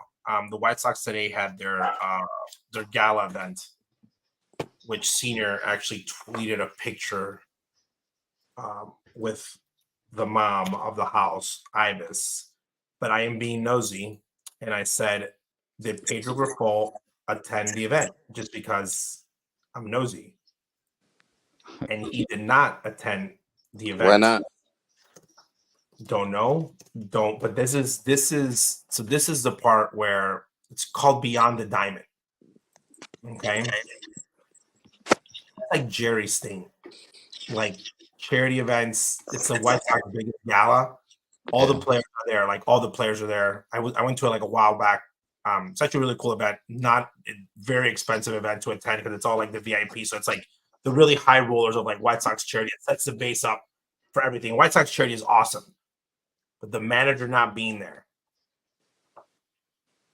everybody else is there. Mind Ozzy used to go as a guest when the whole, even with the drama and the people were talking about, they hate it. He was still going to those things back then. Big Hurt was there today. Because I saw a picture of it. Pedro was not there. Wow. Who was there again besides everybody? Okay. The whole team was there. James is, I love his comment here. He's busy studying video. James, he might be. You know what? If you ask him the question, he might be. He might be. And again, I'm not critiquing him because Ozzy was a manager and he was a nut job that would say we're not going to dinner outside when we used to play the Cubs. So like if we played the Cubs and we lost to them, we'd have to eat at home. Like what type of what? Order food in, because he's like, I'm not gonna sit somewhere in Chicago and be embarrassed that we just lost to them. If we won, it'd be like a big celebration thing. Like he would just go out and have a good time. But he pulled like with that series, he pulled that stunt off. But it's hard to face, man. He's never. I think about it like it's a hard record, but it's the way that he acts like he's such a little, I'm such a little strong guy, and I'm such mentally tough. Unless there was something like he was doing that's really big, not a great look. And I think that's you should be doing things like that to build rapport on like the future. Do you think he was avoiding avoiding having a conversation about the elephant in the room? Like, well, the elephant in the room is everybody. Well, no, I'm saying Gordon Beckham's an elephant in the room. Frank Thomas. So, that's what I'm saying. No, that's what I'm saying. Like, do you think he'll be afraid of those people of those stature asking questions that he don't want to be asked right now? Oh, maybe. This is the thing though. Like the people at that event are the people that will ask you the awkward question because they don't care. Yeah, they're not like. I think he was trying to avoid that. They're not like Twitter, where Twitter is the world where, and this is something I told John. Twitter is the world, and including the media on Twitter, where they'll ask any question, call out anything, and just put it up there. But when they have the person in front of them, nobody says, Clevenger, you're a scumbag, even though they've been calling him that forever. Or Ozzy Guillen, you got a loud mouth. Like no one's ever, you would think that the way that people express themselves on Twitter, you would think that every other time that you're out, someone would just scream something like vulgar to you. You know what I mean? Because but it doesn't happen. But those people, hold on. But those people at those events that usually end up paying like large prices, those are usually the people that ask you the questions that you don't want to get answered. Like, hey, how's that a problem that you had legally? And you're like, what are you at? Like, where did you get this gonads? And they're like, well, I just paid this much money. I can ask you whatever I want, like type of thing, because they feel so comfortable. So I feel like that type of event is actually more dangerous than actually being out like in like a fan fest type of thing.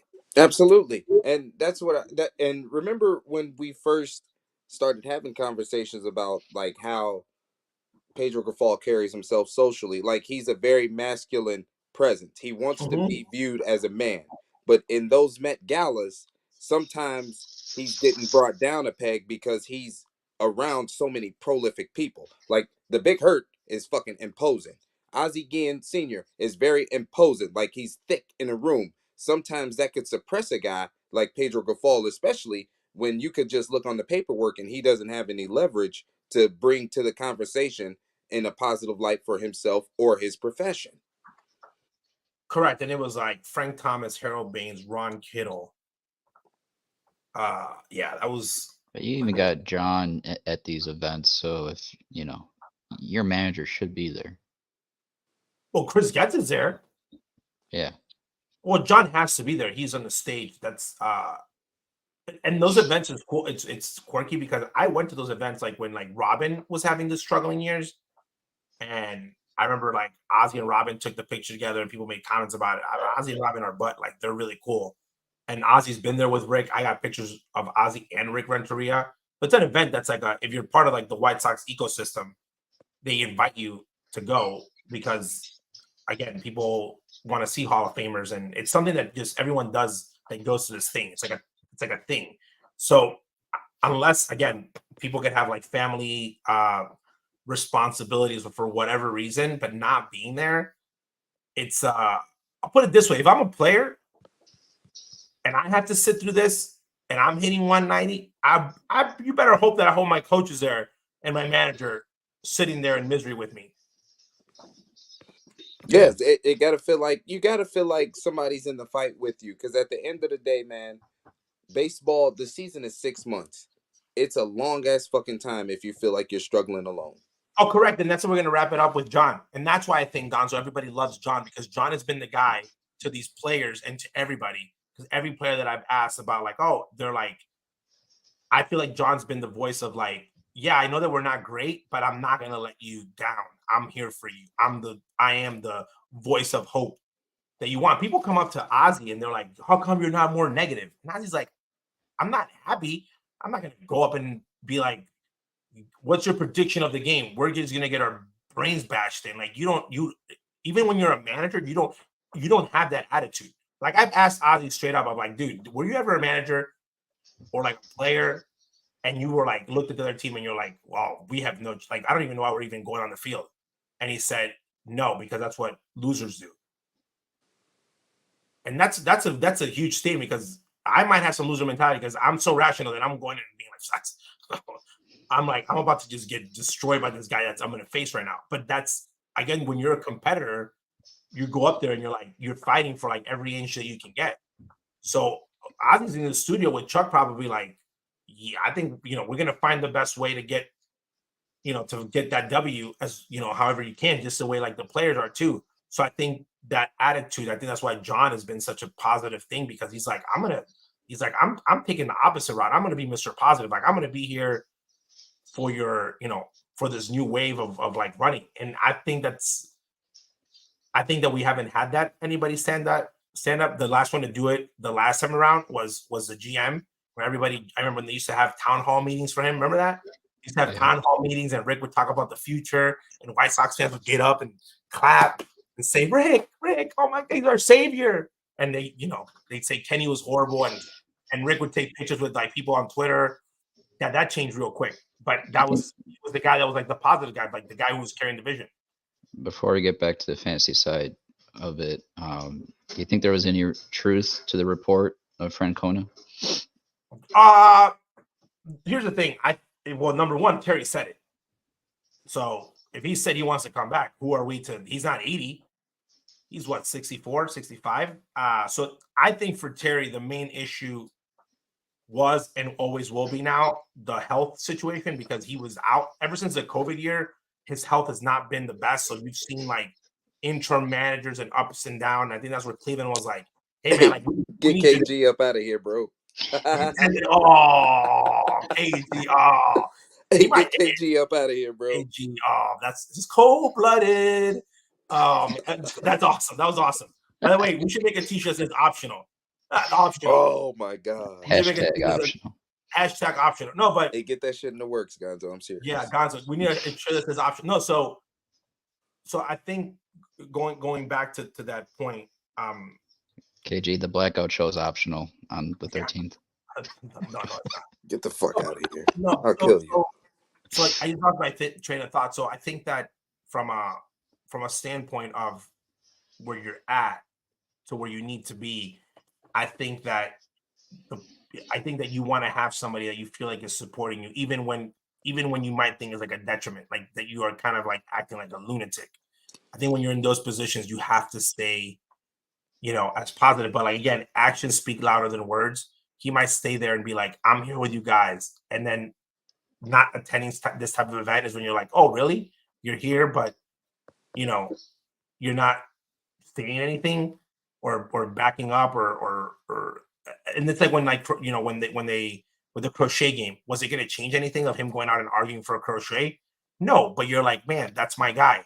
Or keeping crochet and saying, hey man, I got you. I'm going to help you get that quality start. that goes a long way, man, because guys are like, he's about us. It's not so much about talking. It's more about like the actions of what you're doing.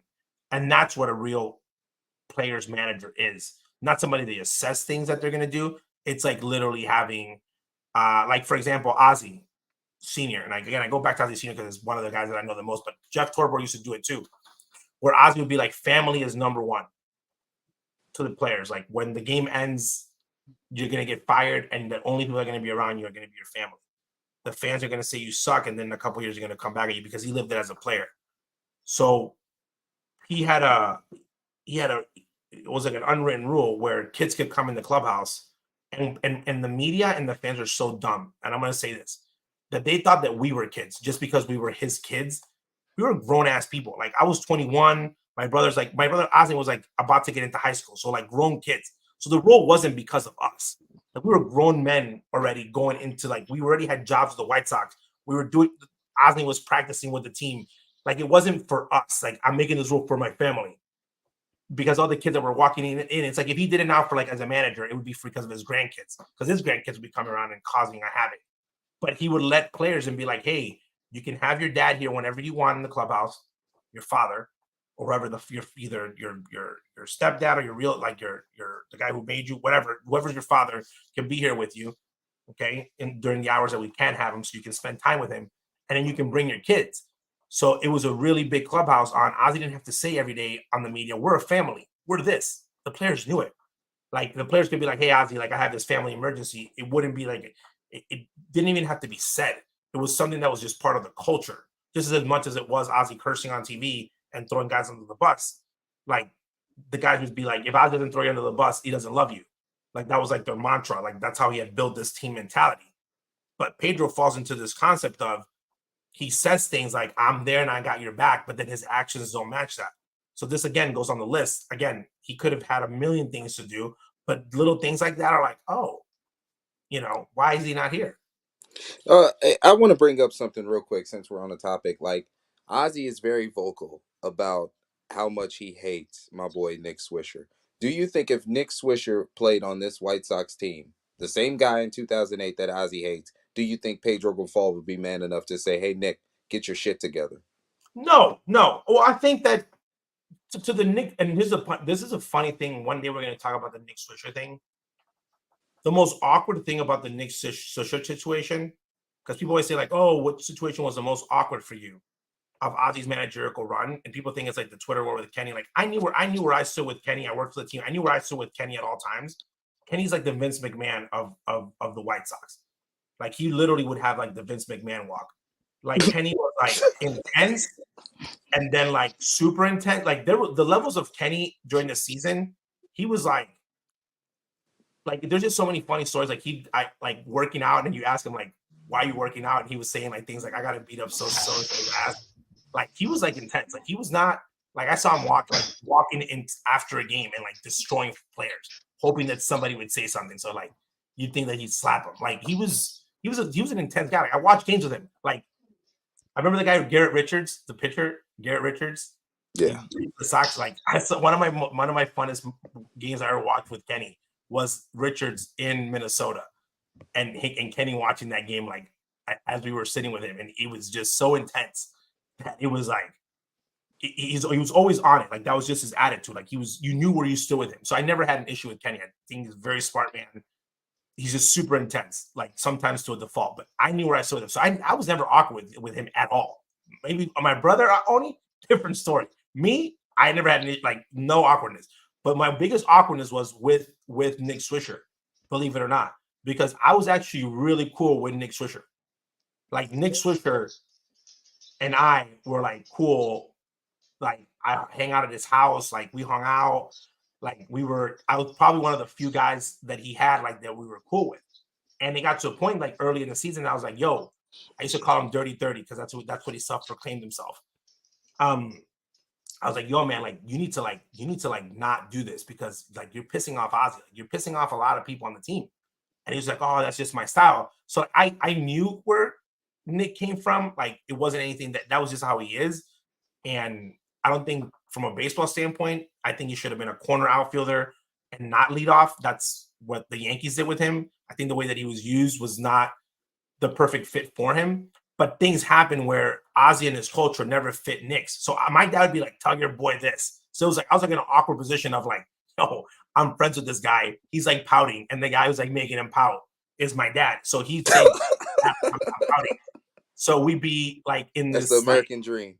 Yeah, it was like this awkward. My dad, one time Ozzy told, so Nick Swisher's dad played big league baseball. My dad told Nick's dad, like, yo, tell your son to clean it up. Like, stop being like a little.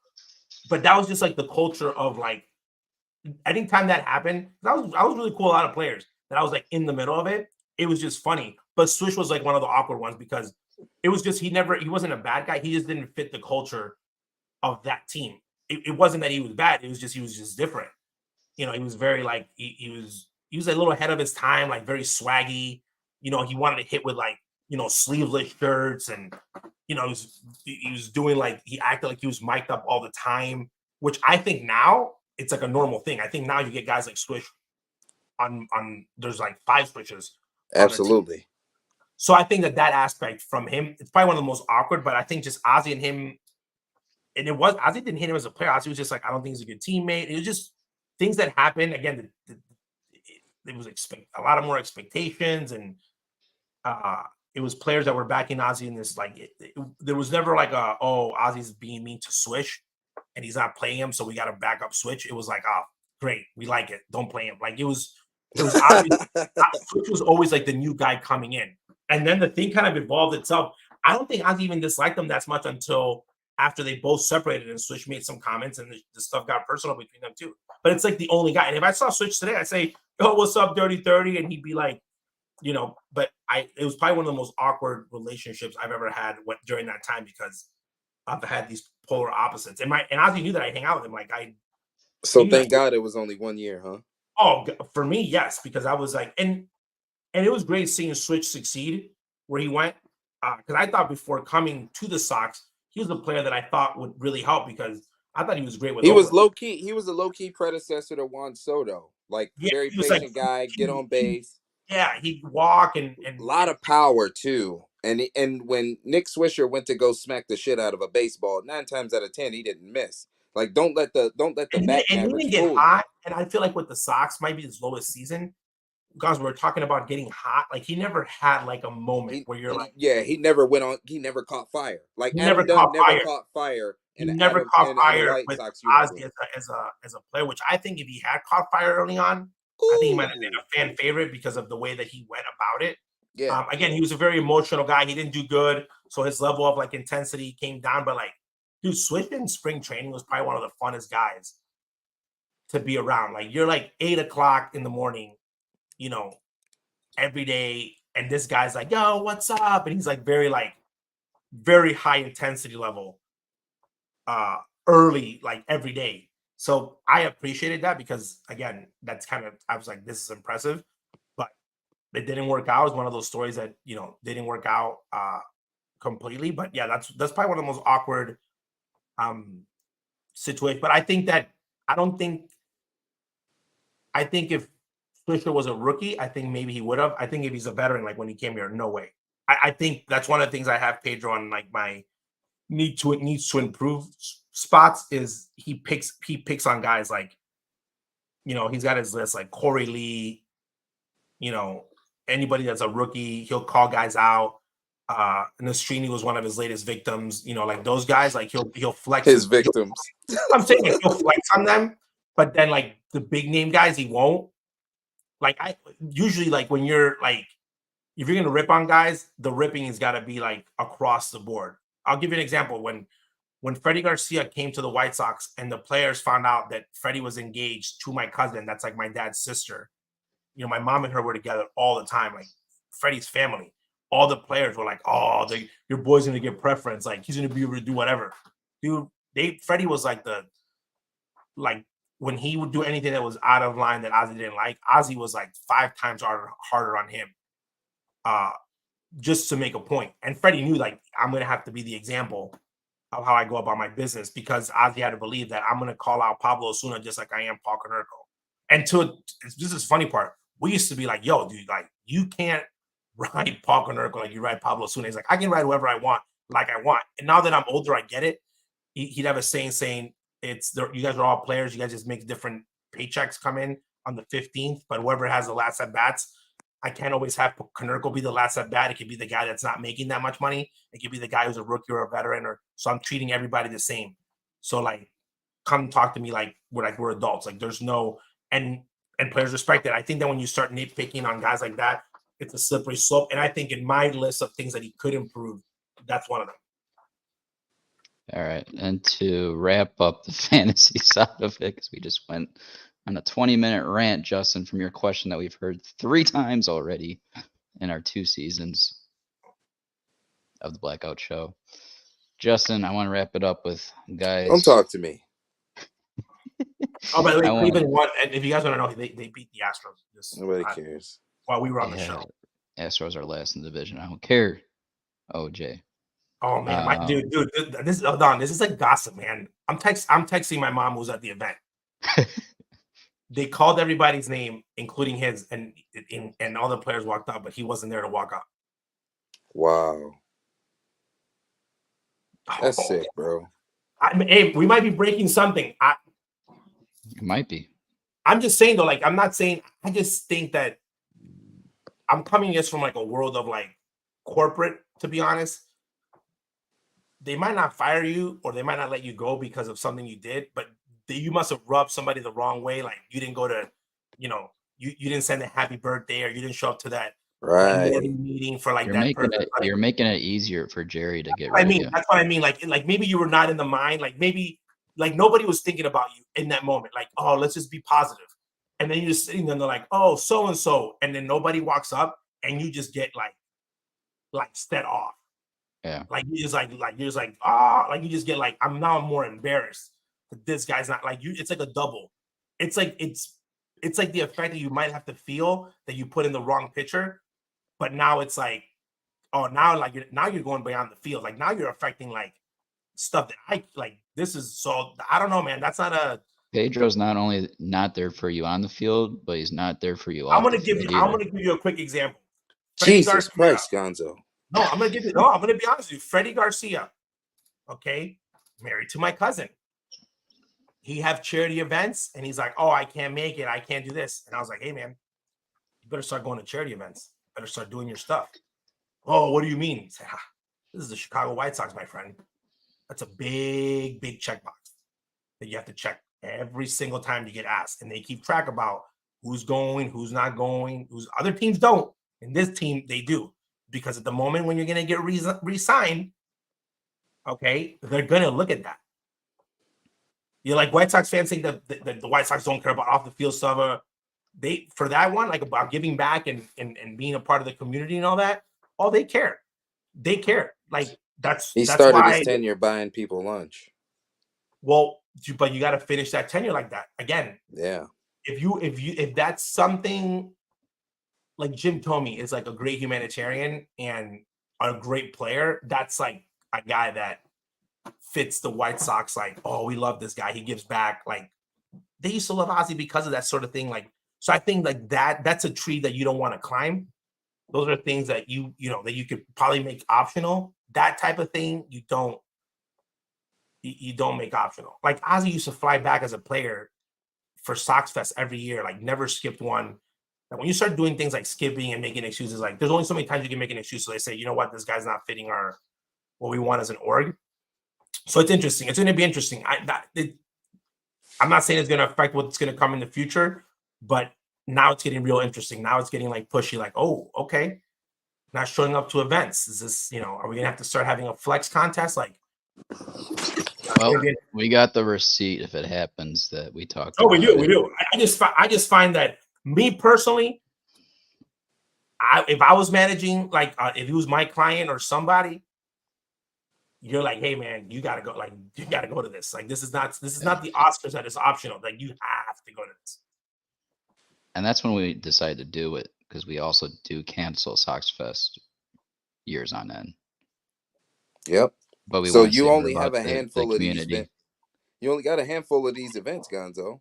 Yep. You do. You can't be screwing up. So unless it was something that was like planned and like everybody knew, but here's the part. Why would they announce his name if they know he wasn't going to be there? Exactly. Again, I'm playing conspiracy theories. What if he had diarrhea and it was last minute thing? Maybe again, it could be for any reason, and you got to explain it, and that's fine. I just thought it was like, it's one of those things that we know make this show unique. Is like, oh, who wasn't there? And that's an event. That's an event that you notice, like, oh, Gonzo skipped, Jay skipped, because everybody's like there. Like, you bring your significant other, it's like everybody gets named, like if somebody's not there. That's miscommunication on the field, and there's miscommunication off the field. It's a trend here in Chicago. You know what, Gonzo? Can I ask you a question? Yeah, go ahead. How are we going to dedicate this show to John Schriffen, and you sit here with this hit piece on his team? Well, we said it before. The reason that we dedicated it is because I ran into him and I had a fanboy moment. I have not met him. Okay. And when Hawk when it went from Hawk to Benetti, it was like, okay, cool, like another guy. Like, it's like, you're never gonna be Hawk, but like, oh, this guy's cool. Like, never think anything of it. Like, I wasn't like going up there like rating him and saying, oh, this guy, like, it's just a thing. I have not gotten upset in a while. Okay, like in a while, like I got upset with when I saw they were talking smack about John. Absolutely. And I don't even know that. And here's the thing: I don't even know the guy. Today was the first day. I literally walked up. He was in the duck. I walked up to him and I shook his hand. And said, "Hey man, I want to meet you." I'm Ozzie Jr. He's like, "Oh, I know you." And I said, "I'm dying on that hill. I'm keep doing what you're doing. Great call. It's not fair what they're doing. It's part of the business, but I get it. But I'm aware." And so we talked. But I wanted him I wanted to know that. And I said the last person that I did that for, which was a player, which I've never done for anybody outside of I haven't even done that for Chris Getz. I haven't. And I've known Chris. I'm friends with this guy. And I've never been like, oh, Chris hasn't made a mistake. I've critiqued him and been like, that's, this should be better. It's Moncada. Like, I've been blind about Moncada. Like, Moncada's like, there's probably only like 3 other people on Twitter that are more blind about me than Moncada. Like, we're dying on that hill. Exactly. And on that hill for like 5 years from now, they're going to bring him up, and I'll find a stat that will defend my point. I have not done that because I didn't have to. Because the next guy that I liked was Cease. He carried his weight. So all the other guys that I've been that I've liked have done their part. This guy John, he might end up being the worst broadcaster of all time. I'm going to be defending him. John could probably they're going to hit a home run, and John can stay silent the whole time while the guy runs the bases. And I'll say it's a great call. And I'll say he's just doing it different, and you guys don't get it. Yep. And that's where I'm at this moment, just so I can I'm going. He's such an easy guy to root for, because you got to think he's coming into a situation. Okay, let's just be perfectly transparent here. We knew the team was dog shit. He knew the team was dog shit. Coming to work for Jerry Reinsdorf, you could make a decision. You could let the outside noise affect you, and you do the job accordingly, or you could grab this by the reins and you control the carriage. Bro, there is no fucking way I'm sitting here walking home from work talking about some SouthSide. Stand up. Like, come on, bro. We've won 6 games. There's no way this man could have this effect on me in the first year of this season. Like you said, OJ, this Blackout Show is John Schriffen stands. And it's a shame that we have people within our own White Sox community that is talking bad about this man. For what? It's not no fucking food reviews for you. No StatCast reviews for you. So here's the part. So here's the part that's interesting. Where I play devil's advocate, where everybody has made it that your view is okay, that this is the right way to call a baseball game, and it news to you, my friend. His style is a unique acquired taste style, where I never hated on it, and people just have different tastes on like different broadcasters they have. So I'll play devil's advocate. Okay. Let's say that Brooks Boyer did not like his style, meaning he was just like, yeah, he's there. Fans like him. It is what it is. But in the back of your mind, you're like, that's not the guy that I want. And then the guy that he gives you the opportunity and says, hey, I want to do this, this, and this. And you're like, no, I really don't think that we're in that, that budget doesn't fit, or, and they want to go somewhere else. You're like, yeah, cool, leave. I'll get somebody else. Like, That's the part where people think it's so mind blowing. Like these people just lost Hawk Harrelson less than 15 years ago, and their numbers didn't change. Like Hawk was like Hawk, like with players, with no one's ever gonna have that connection, that connection to Jerry. Like Hawk had power, man. Like Hawk be like calling Jerry and saying like Hawk got managers fired from the White Sox. Like Hawk was a very, very at one point a very powerful man within the organization and respected. So if you can walk away from someone like that, you're like, okay, like, and the part when I was talking facts, I said, hey, and I was comparing to the Ozzy situation. I said there was two parties. Okay. They didn't want, one party wanted money and not be there, wanted more, wanted to change the structure of what the future looked like. And the White Sox said, hey, you're free to go talk to whoever you want. And when an offer that fit that person's better, they let them walk away. The difference was in the Ozzy situation to the broadcast situation was that the Marlins got two players in return. Because it was a manager, it was technically a trade. So we didn't get Riley Green for Jason Benetti. We didn't get fucking Tarek Skubal for Jason Benetti either. No, but I'm saying like it wasn't like they came in and said you're fired. Okay, we don't want you here anymore. They let him. There was a negotiation between them, and they let him walk. Like it was kind of like what both sides might have wanted. So when Sox fans were like, why would someone want to go to Detroit, which was something that upset me, I'm like, why do you think that you guys have a better baseball culture than the Tigers? Like, have you Googled the Detroit Tigers of like how the Tiger fans, who the baseball like Tigers and who the Tigers are in Detroit? Like, I was like, that was like mind blowing when people were writing that. And then when the SouthSide stand up, I was like, oh, why would they do that? They're only excluding everybody else in Chicago that are not from the SouthSide. And I said, what do those stupid black uniforms say in front of the jersey? Man, the pajamas. No, but I'm saying, but what do they say? No, the pajamas say SouthSide. SouthSide. And I said, a year ago, the same person was writing about, and every time they wear it, how this is the greatest uniform of all time. And I'm like, are you listening to what you are saying? You are contradicting yourself on things that you're saying, and you're not really looking at what you're saying. So it's like, now it's like the joke, like everybody's like the part that I thought it was funny was that nobody admitted that they were talking crap about him. I was like, I wasn't really saying that. I wasn't really making fun of him. Yes, you were. Mm-hmm. Like he knows it because it offended him. We know. And I'm glad John has the type of skin to where he's prickly too. Whereas if you let's just say you cross a social line with him, he'll chirp back at you, and it's perfect because at a certain these people tried to back him into a corner about the way he carried himself and about the way he did his job, when in fact he has captivated otherwise dead fan base, a literal cesspool. But why? John Schriffen brought that back to life. But why are people mad that certain people like him? It's like a genre.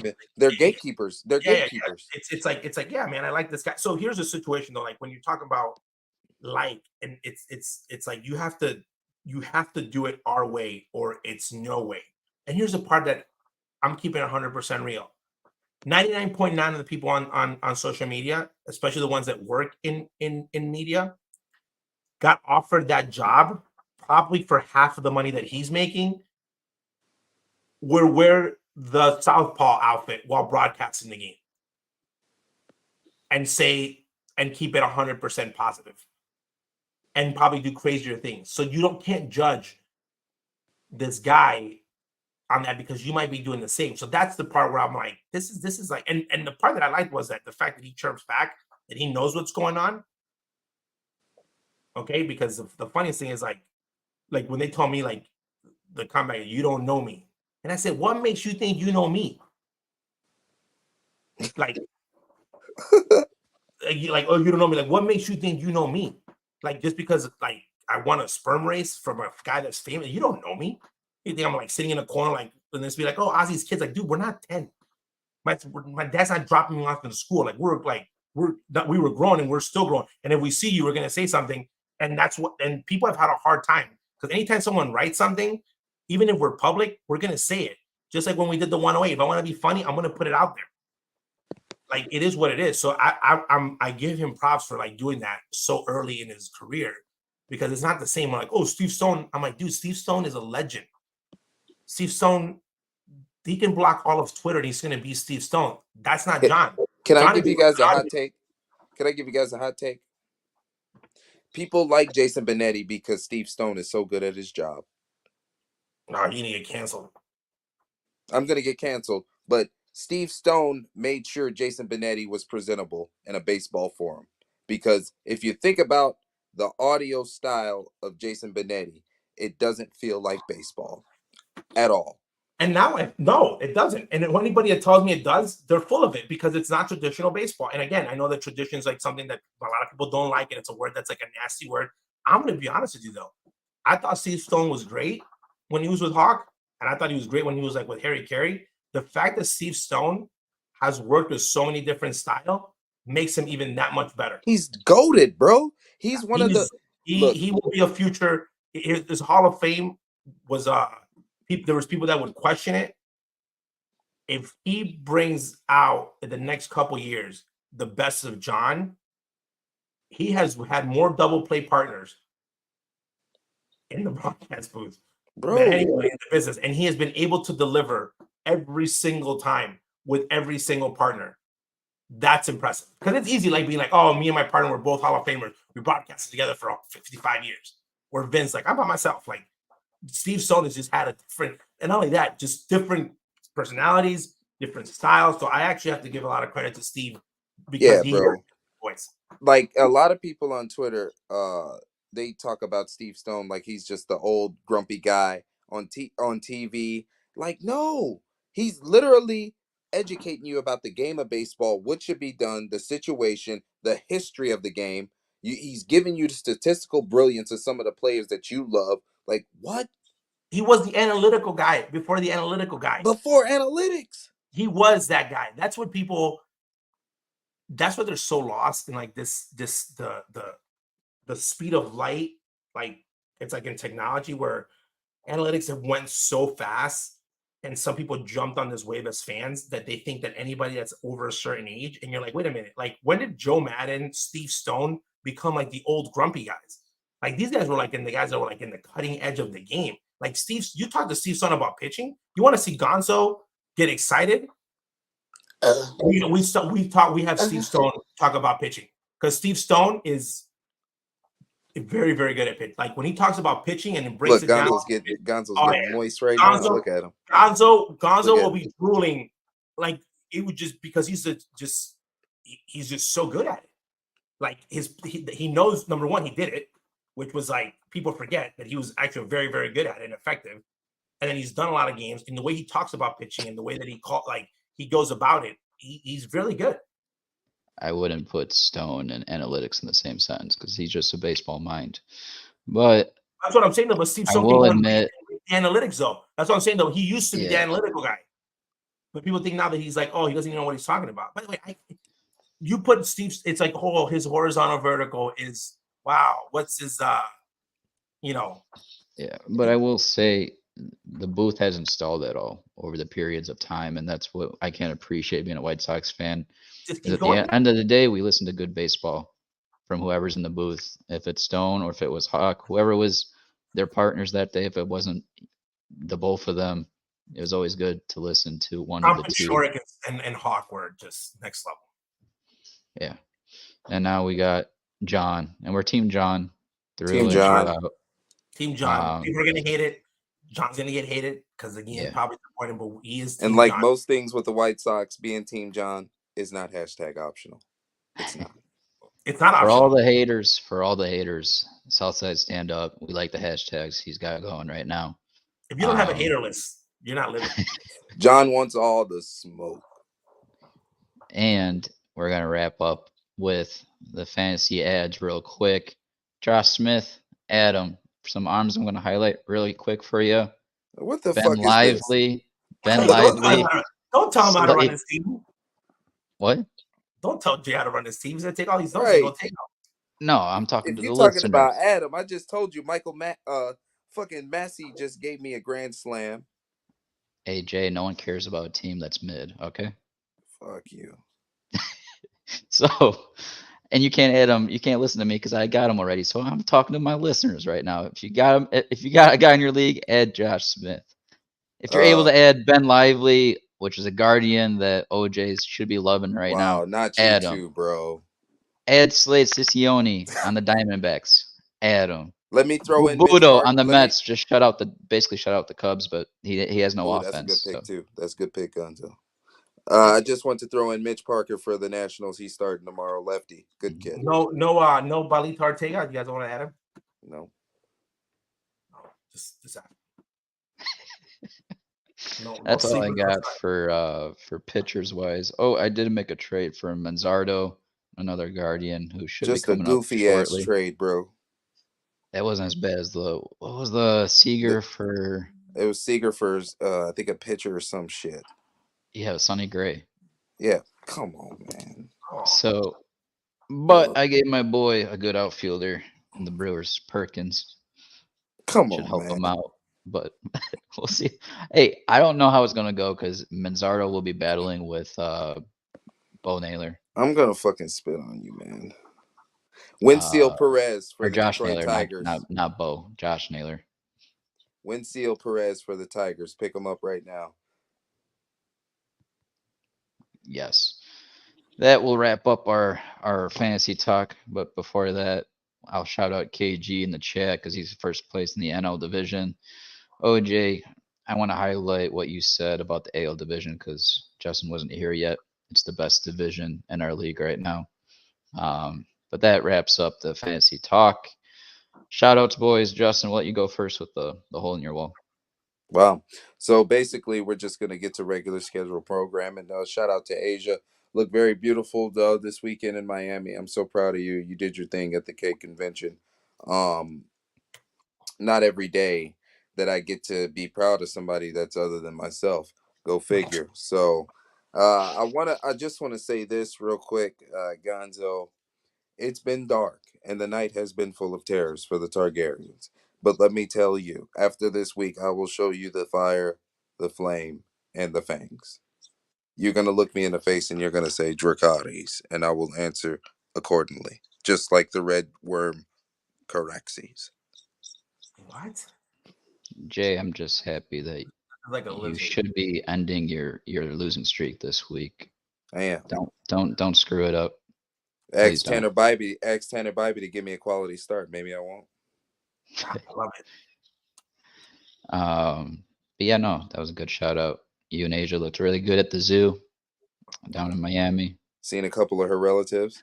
Oh, that's No, funny. seriously, like she has a couple howler monkeys as cousins. so wrong. I don't know why Junior you guys are laughing. Like very hairy Save people. us, Junior. Loud, hairy people. Okay. Oh. All right, OJ, take it from here. No, you know what? I wanna shout out Jake Berger and the Berger family. KJ shared the really cool jersey, and I think the shoes are really awesome. They send it to him for the events, for the fundraiser part of it, for the Blackout Show. So that's really cool, for them to do that. No longer in Chicago, still supporting Chicago to the fullest. So that was really awesome for them to do that. I thought that was really cool. So shout out to them. That was awesome.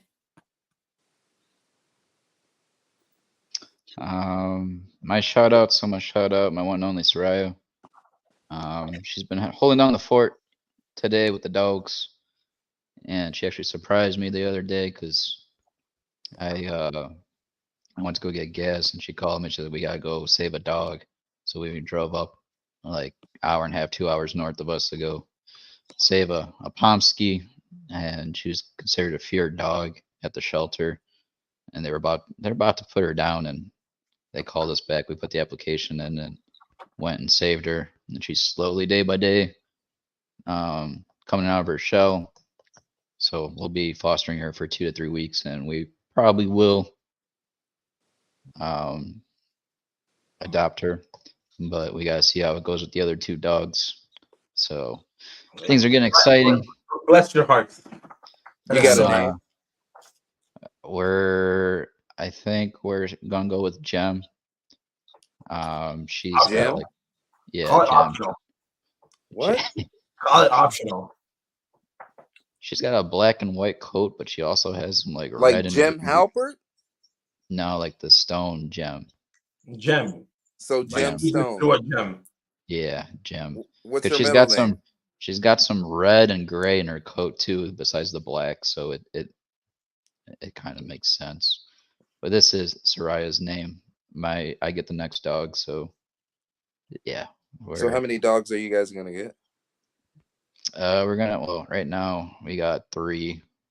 If we get out of this unit of ours, if we get into a bigger space, we'll go with 4. But for now, it's gonna be 3 dogs. I'm gonna shout out my wife before I get canceled. So I'm gonna shout out my one and only Sarah, because you guys are like making me look like I'll put myself, put me in the doghouse. Actually, you did a great job. You guys have to come over. My pool's open. Yes, I'm waiting on that text. That's all. I got like fucking 40 pairs of swimming trunks my girl ordered from Shein. I'm ready for you. Let's go. I got a pair for you with Guardians on it. No, I wouldn't wear that shit. I'll tell you what, I'll wear those and I'll get some Troto. And then you'll just keep them. How about that? It'll be Alec Thomas all in there. By the way, so I have to shout out you guys. We there was a lot of drama on Twitter and we were not a part of it. We were all kept our cool and just like we dabbled in it, but we didn't end up getting like, because it got ugly. There was some shots fired, some blocking going on. It was I don't want to get canceled before. No, I'm being surprised. Trust me, I was there. I know you were salivating. I was like, oh, yeah, I gotta share something. But it was like, oh, but it's hard times out there, man. It's like literally right now, like people are taking, it's like the WWE, like the storylines. People are taking sides on players, on situations, on shows. Like people are taking, like alliances are being made. There's splits within the world, and by the way, when I think when Mike comes in, when Clevenger comes up, I think that it's going to even be more. It's going to be fun. It's going to be fun. I think he's going to pitch. I think he's going to help, and he's going to pitch well. And I'm going to keep it. But I think people are just going to be like that. Like, it's going to even be that bigger of a divider. We're going to see that. Yeah. And to end my shout outs, I got to shout out KG. Kind of want to emphasize what OJ said. Sorry, KG, I haven't downloaded the promo that you made yet. I'll have to do that for next week's show. But our live podcast is going to be Monday, May 13th at 7 p.m. in the back patio, which is weather permitting, but it's looking nice on the back patio setup that he has with the TVs outside. Yes. With the seating. And again, that's going to be at Little Joe's, which is 1041 West Taylor Street on the west side of the city. Also want to highlight that Chris Chelios's El Bandito Yankee Tequila Company will be sponsoring the night. So we're going to have a good tequila outing. Ooh, I'm going to get fucked up, bro. And the Blackout cocktail is going to be in full effect. Oh, my God. It is a tasty beverage. I gotta keep my eye on OJ, making sure that sobriety is at its finest for that evening. But it's gonna be a blast. I know KG's Slavko actually texted me saying that he's gonna go next week and check it out and get things rolling as far as the setup wise. But I can't wait. I know OJ said he'll be cutting it close to the event time, but there's going to be some surprise guests. That's all I'm going to say. How you going to tell? Who's this? I was about to ask for the surprise guest. You know what? Never mind. Pedro. You know he doesn't come to these things. It's optional. This is optional. It's optional. I'm going to announce him. I'm going to say he was going to come, but he just said, no, I'm not doing it. I will say, though, the surprise guest is not Chris Chelios. unfortunately, because Chris Chelios is going to be in Hawaii that day. But sounds like you already asked him. I didn't ask. KG already asked, but we'll get to our surprise guests another time. But again, folks, that is May 13th. That's 2 weeks from Monday. Surprising if guests gonna be me wearing a mask. That'd be nice. WWE style. Oh, great. I should do that. I should create like an alter ego character where I say you're gonna be like that guy Sammy Davis. Yeah, like no, yeah. Wait, what's Sammy Davis? The rando, the a fucking weirdo. The Twitter guy? Yeah. You're better off. He be wearing those Rey Mysterio masks. He wears masks? I don't know. I don't follow him. Oh my god! All right. That's scary. Go ahead. Let's stop it. That's very scary. I was gonna. Fuck! I forgot the shout out. The last shout out. Oh, that's right. Ryan Poles. Thank God bless that man. Winning the draft for us.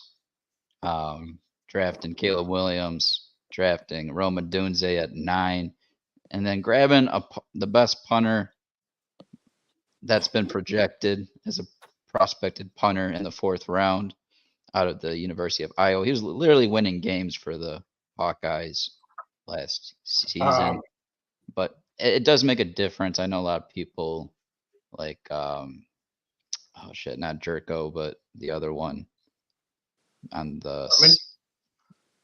No, maybe it was Jerko. I don't think it was Carmen. It was Jerko. I think he was throwing a fit about drafting a punter in the 4th round. But again, I think it's when it comes down to Poles was, he's at that point where he's deciding how can he make a difference in winning games next season. And then flipping the field is a good way to, win a couple of those games that are close. So we'll see how the kid does. I'm excited for the Chicago Bears. That ends my shout outs. You have any lasting thoughts, OJ? Were you about to say something? Yes. Congratulations on winning the off-season championship. Mm-hmm. Get to take that trophy home, off-season championship. Let's see now when real people start playing. What the off-season championship? You know what, Junior? We say we handed out in Chicago off-season championships. I've heard a story like this. Best team on paper. We're this. Now it's a real deal. You better not be talking about the Bears. I'm talking about just in general teams. I said congratulations on winning the offseason. All right. Okay. I'm saving this moment. Once the season starts, I said congratulations. Hopefully they are winning the regular where it counts. You better not be talking about the Bears, bro. I'm just saying. Bro, where it counts. Don't do this, man. This is a White Sox podcast, and I'm going to flip about the Bears right now. I'm not saying flip anything. I'm just saying we have to learn a lesson. Playoffs. You have to, but I'm saying like you have to learn a lesson. Okay, at a minimum. And that's reachable. But I'm saying this. It's fun. It happened. Okay. You had the party. You had the celebration. You did what you have to do. Right here. Now you have to go and execute. Don't get caught up in the White Sox realm of, oh my God, we are so good because some ranking told us that we were going to be good, because some projection that we were going to be good. I'm just saying. Projection right here. I got your projection right here. Okay. I don't want to scare you guys. I remember when they said Yoan Moncada is going to be a generational player. Yeah, you're one of those. Them. And I'm one of those. Absolutely. Pantera is a generational player.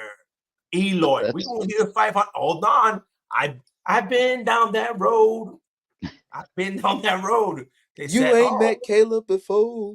But that was you telling us. Now we're the ones telling you who the real generational players are. I wasn't telling anybody. I didn't say that about Eloy or anybody else. And I said Moncada was going to be good. By the way, I said he was going to be good. They paid him way too early. But yeah. So, hey, Gonzo, I told you last year who Bedard was going to be. Look at that. Oh, you did. Gonzo, remember this moment. And by the way, OJ is when saying I the saw Bears him, are going to go 5-12. And I know nothing about hockey, but when I went to see that guy warming up, they said, which one is different? And everybody said, that guy could have been wearing, let's say nobody's wearing the jerseys, and they all could have been out there skating. I could have said, that's the best player. So I'm hoping, because that kid has been the best player. We've seen it already. You got your You can Bedard tell. jersey already? I don't have his jersey. Oof.